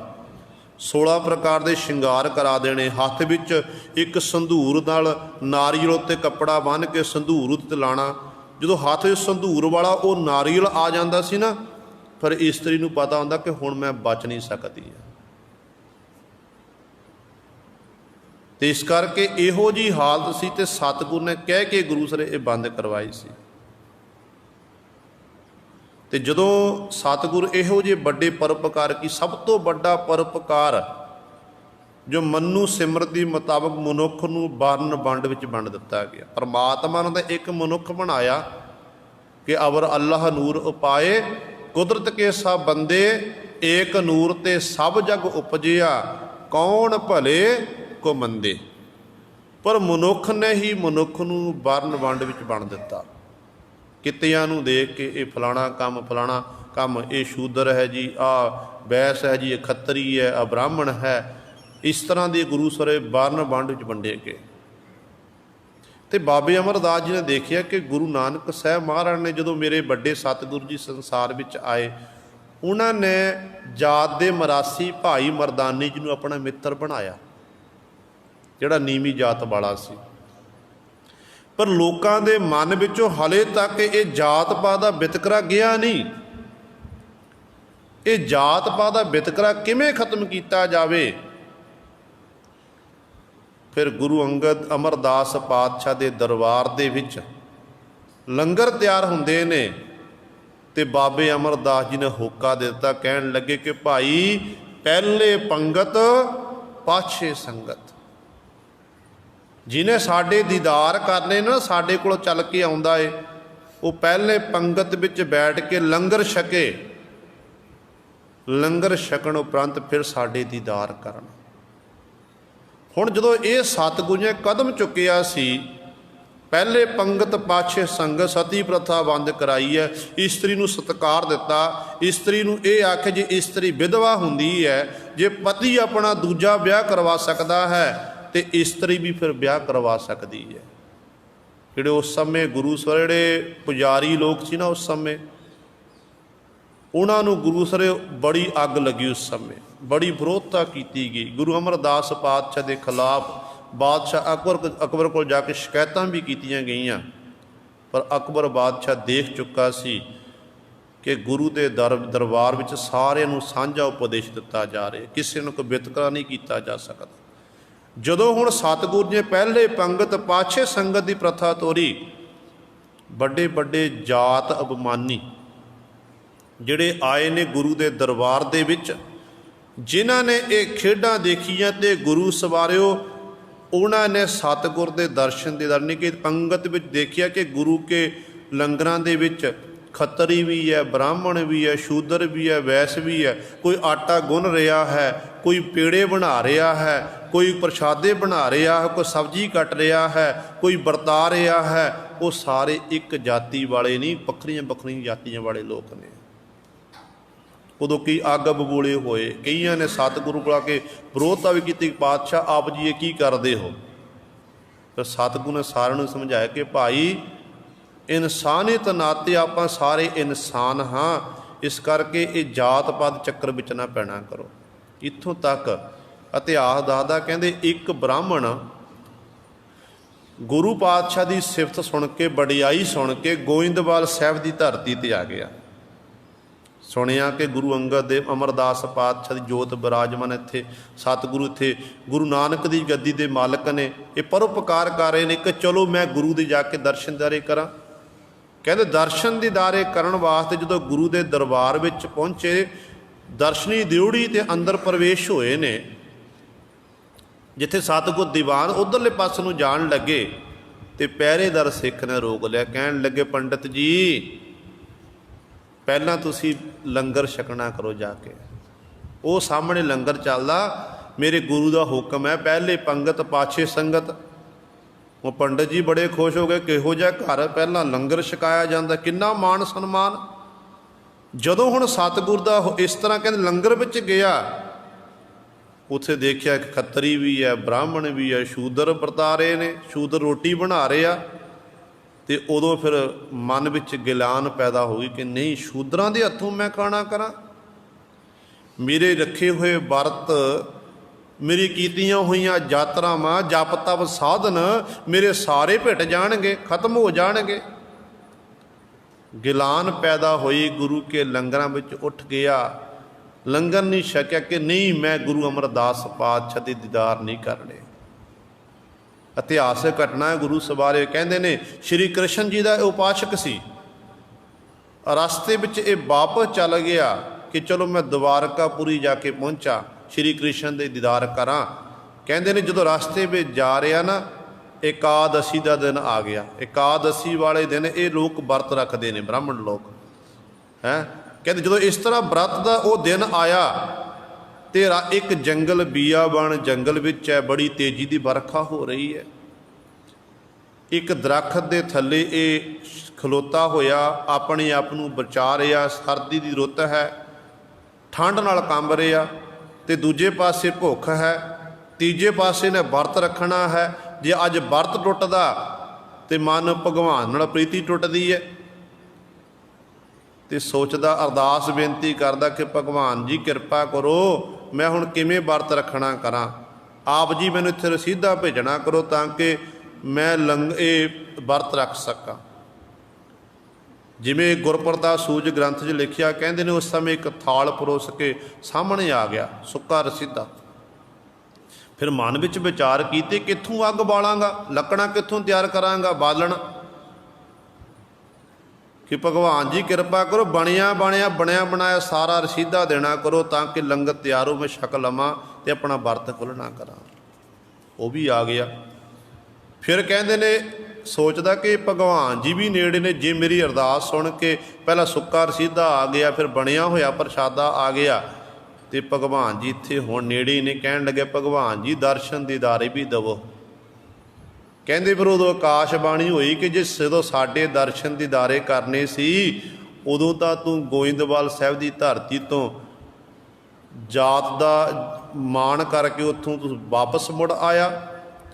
ਜਾਤ ਦਾ ਕੋੜ ਲਾ, ਜਾ ਕੇ ਗੋਇੰਦਵਾਲ ਸਾਹਿਬ ਦੀ ਧਰਤੀ 'ਤੇ ਗੁਰੂ ਅਮਰਦਾਸ ਪਾਤਸ਼ਾਹ ਮਹਾਰਾਜ ਗੁਰਗੱਦੀ ਉੱਤੇ ਬਿਰਾਜਮਾਨ ਨੇ, ਉਹਨਾਂ ਦੇ ਦੀਦਾਰ ਕਰ, ਤੇ ਸਤਿਗੁਰੂ ਦੇ ਦੀਦਾਰ ਕਰ ਲੈ, ਮਨ ਨੂੰ ਮੇਰੇ ਦੀਦਾਰ ਹੋ ਜਾਣਗੇ। ਤੇ ਗੁਰੂ ਸਵਾਰਿਓ ਕਹਿੰਦੇ ਨੇ ਫਿਰ ਇਹ ਉੱਥੋਂ ਇਹ ਬ੍ਰਾਹਮਣ ਵਾਪਸ ਆਇਆ।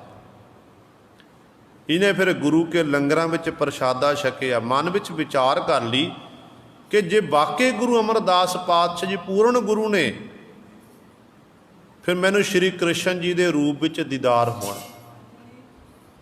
ਸ਼੍ਰੀ ਕ੍ਰਿਸ਼ਨ ਜੀ ਦੇ ਰੂਪ ਵਿੱਚ ਦੀਦਾਰ ਹੋਣ। ਤੇ ਜਦੋਂ ਹੁਣ ਸਤਿਗੁਰੂ ਪਾਤਸ਼ਾਹ ਦੀ ਹਜ਼ੂਰੀ ਵਿੱਚ ਇਹ ਪਹੁੰਚਿਆ ਲੰਗਰ ਛਕ ਕੇ, ਤੇ ਸਤਿਗੁਰੂ ਸਿੰਘਾਸਣ 'ਤੇ ਬੈਠੇ ਨੇ, ਇਹਨੂੰ ਇੰਜ ਪ੍ਰਤੀਤ ਹੋ ਰਿਹਾ ਕਿ ਮਾਨੋ ਸ਼੍ਰੀ ਕ੍ਰਿਸ਼ਨ ਜੀ ਬੈਠੇ ਹੋਏ ਨੇ।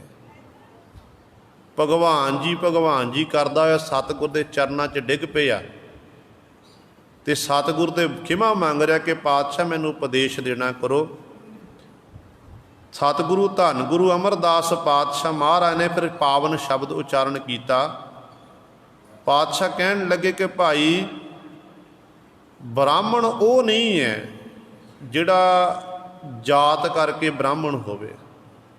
ਬ੍ਰਾਹਮਣ ਉਹ ਹੈ ਜਿਹੜਾ ਬ੍ਰਹਮ ਦੀ ਵਿਚਾਰ ਕਰਦਾ ਹੋਵੇ। ਬ੍ਰਹਮ ਬਿੰਦੈ ਤਿਸ ਦਾ ਬ੍ਰਹਮਤ ਰਹੈ, ਏਕ ਸ਼ਬਦ ਲਿਵ ਲਾਏ, ਨਭ ਨਿਧੀ 18 ਸਿੱਧੀ ਪਿੱਛੇ ਲੱਗੀਆਂ ਫਿਰੈ, ਜੋ ਹਰ ਹਿਰਦੈ ਸਦਾ ਵਸਾਏ। ਕਹਿੰਦੇ ਜਿਹੜਾ ਆਪਣੇ ਹਿਰਦੇ ਸਦੀਵੀ ਕਾਲੀ ਪਰਮਾਤਮਾ ਦੇ ਨਾਮ ਨੂੰ, ਪ੍ਰਭੂ ਦੀ ਯਾਦ ਨੂੰ ਵਸਾ ਕੇ ਰੱਖਦਾ ਹੈ ਤੇ ਬ੍ਰਹਮ ਦੀ ਵਿਚਾਰ ਕਰਦਾ ਹੈ, ਅਸਲ ਵਿੱਚ ਉਹ ਬ੍ਰਾਹਮਣ ਹੈ। ਉਸ ਬ੍ਰਾਹਮਣ ਦੇ ਅੱਗੇ ਫਿਰ ਕਹਿੰਦੇ 9 ਨਿਧੀਆਂ, 9 ਨਿਧੀਆਂ ਤੇ 18 ਸਿੱਧੀਆਂ, ਇਹ ਸ਼ਕਤੀਆਂ ਮੰਨੀਆਂ ਗਈਆਂ ਨੇ।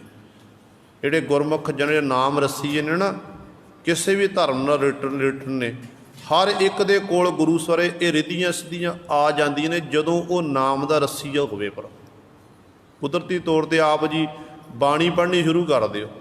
ਨਿਸ਼ਚਾ ਕਰ ਲਓ ਕਿ ਮੈਂ ਅੱਜ 5 ਪਾਠ ਜਪਜੀ ਸਾਹਿਬ ਦੇ ਅੱਜ ਸ਼ੁਰੂ ਕਰਨੇ ਨੇ, ਤਕਰੀਬਨ 2 ਮਹੀਨੇ ਲਗਾਤਾਰ ਕਰਨੇ ਨੇ। ਤੇ 2 ਮਹੀਨਿਆਂ ਦੇ ਬਾਅਦ ਗੁਰੂ ਦੇ ਸੋਤੇ ਸਿੱਧ ਕੋਈ ਮੁੱਖੋਂ ਬੋਲ ਬੋਲਿਓ, ਤੁਹਾਡਾ ਬੋਲ ਸੱਚ ਹੋਏ, ਪਰਤਿਆ ਕੇ ਦੇਖ ਲਵੋ, ਪਰ ਕਰਿਓ ਪਿਆਰ ਦੇ ਨਾਲ। ਤੇ ਗੁਰੂ ਸਾਹਿਬਾਨ ਦੇ ਜਿਹੜੇ ਸਿੱਖ ਸੀ ਨਾ, ਉਹ ਨਾਮ ਸਾਸ ਗ੍ਰਾਸਦਾਰਾ ਨਾਮ ਜਪਦੇ ਸੀ ਗੁਰੂ ਸਵਾਰਿਓ। 8 ਪਹਿਰ ਸਾਸ ਗ੍ਰਾਸਦਾਰਾ ਨਾਮ ਜਪਣਾ, ਕਦੇ ਗੁਰੂ ਦੀ ਬਾਣੀ ਨੂੰ ਵਿਸਾਰਨਾ ਨਹੀਂ, ਤੇ ਜੋ ਬਚਨ ਕਰਦੇ ਨੇ ਉਹ ਸੱਤ ਹੋ ਜਾਣੇ ਨੇ। ਤੇ ਸਤਿਗੁਰੂ ਕਹਿੰਦੇ ਉਹਨਾਂ ਦੇ ਮਗਰ ਫਿਰ ਰਿੱਧੀਆਂ ਸਿੱਧੀਆਂ ਦੌੜਦੀਆਂ ਨੇ। ਤੇ ਧੰਨ ਗੁਰੂ ਅਮਰਦਾਸ ਪਾਤਸ਼ਾਹ ਨੇ ਇਸ ਤਰ੍ਹਾਂ ਗੁਰੂ ਸਰ ਇਹ ਵੱਡੇ ਪਰਉਪਕਾਰ ਸਾਡੇ ਉੱਤੇ ਕੀਤੇ ਨੇ। ਸਭ ਤੋਂ ਵੱਡਾ ਪਰਉਪਕਾਰ ਸਤਿਗੁਰੂ ਜੀ ਨੇ 84 ਪੌੜੀਆਂ ਵਾਲੀ ਬੌਲੀ ਸਿਰਜਣਾ ਕੀਤੀ। ਬੌਲੀ ਜੋ ਆਪਾਂ ਜਦੋਂ ਗੋਇੰਦਵਾਲ ਸਾਹਿਬ ਦੇ ਦਰਸ਼ਨ ਦਾਰੇ ਕਰਨ ਜਾਂਦੇ 84 ਪੌੜੀਆਂ ਬਣਾਉਣਾ ਕੀਤੀਆਂ। ਤੇ ਪਾਤਸ਼ਾਹ ਨੇ ਇਹ ਵਰ ਦੇਣਾ ਕੀਤਾ ਕਿ ਜਿਹੜਾ ਇਸ ਬੌਲੀ ਵਿੱਚ ਇਸ਼ਨਾਨ ਕਰੇ 84 ਪੌੜੀਆਂ ਉੱਤੇ ਬਾਰ-ਬਾਰ ਇਸ਼ਨਾਨ ਕਰਕੇ ਬਾਰ-ਬਾਰ ਜਪਜੀ ਸਾਹਿਬ ਦੇ 84 ਪਾਠ ਕਰੇਗਾ, ਉਹਦੀ 84 ਕੱਟੀ ਜਾਵੇਗੀ। ਪਰ ਮਾਫ ਕਰਨਾ ਗੁਰੂ ਸਵਾਰਿਓ, ਅੱਜ ਆਪਾਂ ਗੁਰੂ ਦੇ ਬਚਨਾਂ ਉੱਤੇ ਕਿੰਤੂ ਪਰੰਤੂ ਕਰੇ ਕਿ ਇੰਜ ਕਿਵੇਂ 84 ਕੱਟੀ ਜਾ ਸਕਦੀ ਹੈ। ਤੇ ਪਹਿਲੀ ਗੱਲ ਤਾਂ ਆਪਾਂ ਵਿਚਾਰ ਕੇ ਦੇਖੀਏ, ਸਮਾਂ ਸੀਮਤ ਆ, ਸਮਾਂ ਉੱਤੇ ਹੋ ਚੁੱਕਾ ਹੈ। ਵਿਚਾਰ ਕੇ ਦੇਖੀ, ਇੱਕ ਆਪਾਂ ਜਪਜੀ ਸਾਹਿਬ ਦਾ ਪਾਠ ਕਰੀਏ ਨਾ, ਘੱਟੋ ਘੱਟ 10 ਮਿੰਟ ਲੱਗਦੇ ਨੇ। ਤੇ ਇੱਕ ਪਾਠ ਕਰਨ ਲਈ 10 ਮਿੰਟ ਲੱਗਦੇ ਨੇ, ਤੇ 84 ਪੌੜੀਆਂ ਉੱਤੇ ਆਪਾਂ ਪਾਠ ਕਿੰਨੇ ਘੰਟੇ ਲੱਗਣਗੇ। 84 ਕਹਿ ਦੇਣਾ, ਗਿਣਤੀ ਕਰ ਕਹਿ ਦੇਣੀ ਕਿ 84 ਹੋ ਗਏ, ਪਰ ਜਿਹੜੇ ਕਰਨੇ ਬੜੇ ਔਖੇ ਨੇ। ਇਸ ਕਰਕੇ ਗੁਰੂ ਦੇ ਬਚਨ ਨੇ, ਗੁਰੂ ਨੇ ਆਖਿਆ ਕਿ ਜੇ ਭਾਈ ਤੂੰ 84 ਵਾਰੀ ਲਗਾਤਾਰ 84 ਪਾਠ ਜਪਜੀ ਸਾਹਿਬ ਦੇ ਕਰੇਗਾ, ਤੇਰੀ 84 ਕੱਟੀ ਜਾਵੇਗੀ। ਗੁਰੂ ਨੇ ਆਖਿਆ ਤੇ 84 ਕੱਟੀ ਜਾ ਸਕਦੀ ਹੈ। ਪਰ ਗੱਲ ਕੀ, ਗੁਰੂ ਦੇ ਬਚਨਾਂ ਉੱਤੇ ਸਾਨੂੰ ਭਰੋਸਾ ਹੋਣਾ ਚਾਹੀਦਾ, ਵਿਸ਼ਵਾਸ ਹੋਣਾ ਚਾਹੀਦਾ। ਦੇਖੋ ਸਮਾਂ ਇਹੋ ਜਿਹਾ ਆ ਚੁੱਕਾ, ਅੱਜ ਆਪਾਂ ਇੰਨੇ ਸਿਆਣੇ ਹੋ ਗਏ, ਕਦੇ ਆਪਾਂ ਗੁਰੂ ਕੇ ਸਰੋਵਰਾਂ ਉੱਤੇ ਕਿੰਤੂ ਪਰੰਤੂ ਕਰਦੇ ਹਾਂ। ਉਹ ਗੁਰੂ ਰਾਮਦਾਸ ਪਾਤਸ਼ਾਹ ਦਾ ਸਰੋਵਰ ਜਿੱਥੇ ਬੀਬੀ ਰਜਨੀ ਦਾ ਗੁਰੂ ਸਵਾਰੇ ਪਤੀ ਪਿੰਗਲਾ ਪਤੀ ਠੀਕ ਹੋਇਆ, ਅੱਜ ਵੀ ਉੱਥੇ ਘਟਨਾਵਾਂ ਵਾਪਰ ਰਹੀਆਂ ਨੇ। ਬਾਬੇ ਬੁੱਢੇ ਦੀ ਬੇਰੀ ਜਿੱਥੇ ਬੈਠ ਕੇ ਬਾਬਾ ਬੁੱਢਾ ਸਾਹਿਬ ਜੀ ਉਸ ਪਾਵਨ ਸਰੋਵਰ ਦੀ ਕਾਰ ਸੇਵਾ ਕਰਾਉਂਦੇ ਸਨ, ਆਪ ਕਰਦੇ ਸੀ। ਤੇ ਅੱਜ ਬੇਰੀਆਂ ਉੱਤੇ ਸ਼ੰਕਾ ਕੀਤੀ ਜਾ ਰਹੀ ਹੈ। ਇਹ ਵੱਖਰੀ ਗੱਲ ਹੈ। ਗੁਰੂ ਸਾਹਿਬਾਨ ਨੇ ਸਾਨੂੰ ਸ਼ਬਦ ਨਾਲ ਜੋੜਿਆ ਕਿ ਸ਼ਬਦ ਗੁਰੂ ਸੁਰਤਨ ਚੇਲਾ। ਇਹਦਾ ਮਤਲਬ ਇਹ ਨਹੀਂ ਕਿ ਆਪਾਂ ਗੁਰੂ ਕੇ ਜਿਹੜੇ ਬਣਾਏ ਹੋਏ ਇਤਿਹਾਸਕ ਸਥਾਨ ਨੇ, ਗੁਰੂ ਕੀਆਂ ਬੇਰੀਆਂ ਨੇ। ਹੁਣ ਦੇਖੋ ਰੀਠੇ ਜਿਹੜੇ ਨੇ, ਰੀਠੇ ਆਪਾਂ ਗੁਰੂ ਨਾਨਕ ਦੀ ਗੱਲ ਕਰੀਏ, ਰੀਠੇ ਕੌੜੇ ਹੁੰਦੇ ਨੇ। ਜਦੋਂ ਆਪਾਂ ਰੀਠਾ ਸਾਹਿਬ ਦੇ ਸਥਾਨ 'ਤੇ ਜਾਂਦੇ, ਉੱਥੇ ਅੱਜ ਵੀ ਉਹ ਰੀਠੇ ਲੱਗੇ ਹੋਏ ਨੇ ਗੁਰੂ ਸਵਾਰੇ, ਪਰ ਅੱਧੇ ਰੀਠੇ ਉਹਦੇ ਮਿੱਠੇ ਨੇ, ਅੱਧੇ ਕੌੜੇ ਨੇ। ਕਾਰਨ ਕੀ ਹੈ ਕਿ ਜਿਨ੍ਹਾਂ ਰੀਠਿਆਂ ਦੇ ਉੱਤੇ ਗੁਰੂ ਨਾਨਕ ਦੀ ਨਿਗਾਹ ਪੈ ਗਈ ਉਹ ਮਿੱਠੇ ਹੋ ਗਏ, ਜਿਨ੍ਹਾਂ ਉੱਤੇ ਗੁਰੂ ਨਾਨਕ ਦੀ ਨਿਗਾਹ ਨਹੀਂ ਪਈ ਉਹ ਕੌੜੇ ਨੇ ਗੁਰੂ ਸਵਾਰਿਓ। ਗੱਲ ਕੀ ਹੈ, ਗੁਰੂ ਦੀ ਨਿਗਾਹ ਪੈਣ ਦੀ ਗੱਲ ਹੈ। ਤੇ ਉਸ ਉਹਨਾਂ ਬੇਰੀ, ਦੁੱਖ ਭੰਜਨੀ ਬੇਰੀ ਹੋ ਗਈ, ਬਾਬੇ ਬੁੱਢੇ ਵਾਲੀ ਬੇਰੀ ਹੋ ਗਈ, ਤੇ ਇਹਨਾਂ ਬੇਰੀਆਂ ਥੱਲੇ ਗੁਰੂ ਸਾਹਿਬਾਨ ਖੁਦ ਬੈਠਦੇ ਰਹੇ। ਬਾਬਾ ਬੁੱਢਾ ਸਾਹਿਬ ਦੀ ਕਿੰਨੀ ਵੱਡੀ ਕਮਾਈ ਸੀ। ਇਸ ਕਰਕੇ ਗੁਰੂ ਦੇ ਬਚਨਾਂ ਉੱਤੇ ਭਰੋਸਾ ਕਰੀਏ, ਵਿਸ਼ਵਾਸ ਕਰੀਏ। ਗੁਰੂ ਨੇ ਬਚਨ ਕੀਤੇ ਨੇ। ਜਦੋਂ ਆਪਾਂ ਗੋਇੰਦਵਾਲ ਸਾਹਿਬ ਧਰਤੀ 'ਤੇ ਜਾਈਏ ਤੇ ਸੱਚੇ ਪਾਤਸ਼ਾਹ ਦੇ ਚਰਨਾਂ 'ਚ ਬੇਨਤੀ ਕਰੀਏ ਕਿ ਪਾਤਸ਼ਾਹ ਸਾਡੇ ਕੋਲ ਇੰਨਾ ਸਮਾਂ ਤਾਂ ਨਹੀਂ 84 ਪਾਠ ਆਪਾਂ ਕਰ ਸਕੀਏ, ਘੱਟੋ ਘੱਟ ਇੱਕ ਪਾਠ ਜਪਜੀ ਸਾਹਿਬ ਦਾ ਜ਼ਰੂਰ ਉੱਥੇ ਬੈਠ ਕੇ ਕਰਿਆ ਕਰੋ ਇਸ਼ਨਾਨ ਕਰਨ ਉਪਰੰਤ। ਘੱਟੋ ਘੱਟ 5 ਕਰ ਲਵੋ, ਇੱਕ ਤਾਂ ਜ਼ਰੂਰੀ ਕਰੋ ਕਿ ਨਹੀਂ ਸਾਡੀ ਯਾਤਰਾ ਤਾਂ ਸਫਲ ਹੀ ਹੈ ਕਿ ਗੋਇੰਦਵਾਲ ਸਾਹਿਬ ਧਰਤੀ 'ਤੇ ਆਏ ਨੇ, ਗੁਰਬਾਣੀ ਨੂੰ ਪੜ੍ਹ ਕੇ ਆਈਏ, ਗੁਰਬਾਣੀ ਨੂੰ ਵਿਚਾਰ ਕੇ ਆਈਏ, ਫਿਰ ਗੁਰੂ ਸਰ ਸਾਡਾ ਜੀਵਨ ਸਫਲਾ ਹੋਣਾ ਹੈ। ਸੋ ਧੰਨ ਗੁਰੂ ਅਮਰਦਾਸ ਪਾਤਸ਼ਾਹ ਮਹਾਰਾਜ ਦੇ ਪ੍ਰਕਾਸ਼ ਪੁਰਬ ਦੀ ਆਪ ਸੰਗਤਾਂ ਨੂੰ ਦੁਆਰਾ ਫਿਰ ਲੱਖ ਲੱਖ ਵਧਾਈ। 17 ਰਾਗਾਂ ਦੇ ਵਿੱਚ ਤਕਰੀਬਨ 891 ਸ਼ਬਦ ਗੁਰੂ ਅਮਰਦਾਸ ਪਾਤਸ਼ਾਹ ਦੇ ਉਚਾਰਨ ਕੀਤੇ ਹੋਏ ਹਨ। ਤੇ ਆਪਾਂ ਇਹ ਗੱਲ ਯਾਦ ਰੱਖਣੀ ਹੈ, ਗੁਰੂ ਦੀ ਬਾਣੀ ਨੂੰ ਪੜ੍ਹਨਾ, ਬਾਣੀ ਨੂੰ ਵਿਚਾਰਨਾ, ਇਤਿਹਾਸ ਤੋਂ ਜਾਣੂ ਹੋਈਏ, ਆਪ ਪੜ੍ਹੀ ਆਪਣੇ ਬੱਚਿਆਂ ਨੂੰ ਪੜ੍ਹਾਈਏ, ਫਿਰ ਸਤਿਗੁਰੂ ਪਾਤਸ਼ਾਹ ਸਾਨੂੰ ਖੁਸ਼ੀਆਂ ਮਿਲਣੀਆਂ ਹਨ। ਹੋਈਆਂ ਭੁੱਲਾਂ ਚੁੱਕਾਂ ਦੀ ਖਿਮਾ। ਵਾਹਿਗੁਰੂ ਜੀ ਕਾ ਖਾਲਸਾ, ਵਾਹਿਗੁਰੂ ਜੀ ਕੀ ਫਤਿਹ। ਆਏ ਪ੍ਰਭ ਸ਼ਰਨਾਗਤੀ, ਕਿਰਪਾ ਨਿਧ ਦਿਆਲ।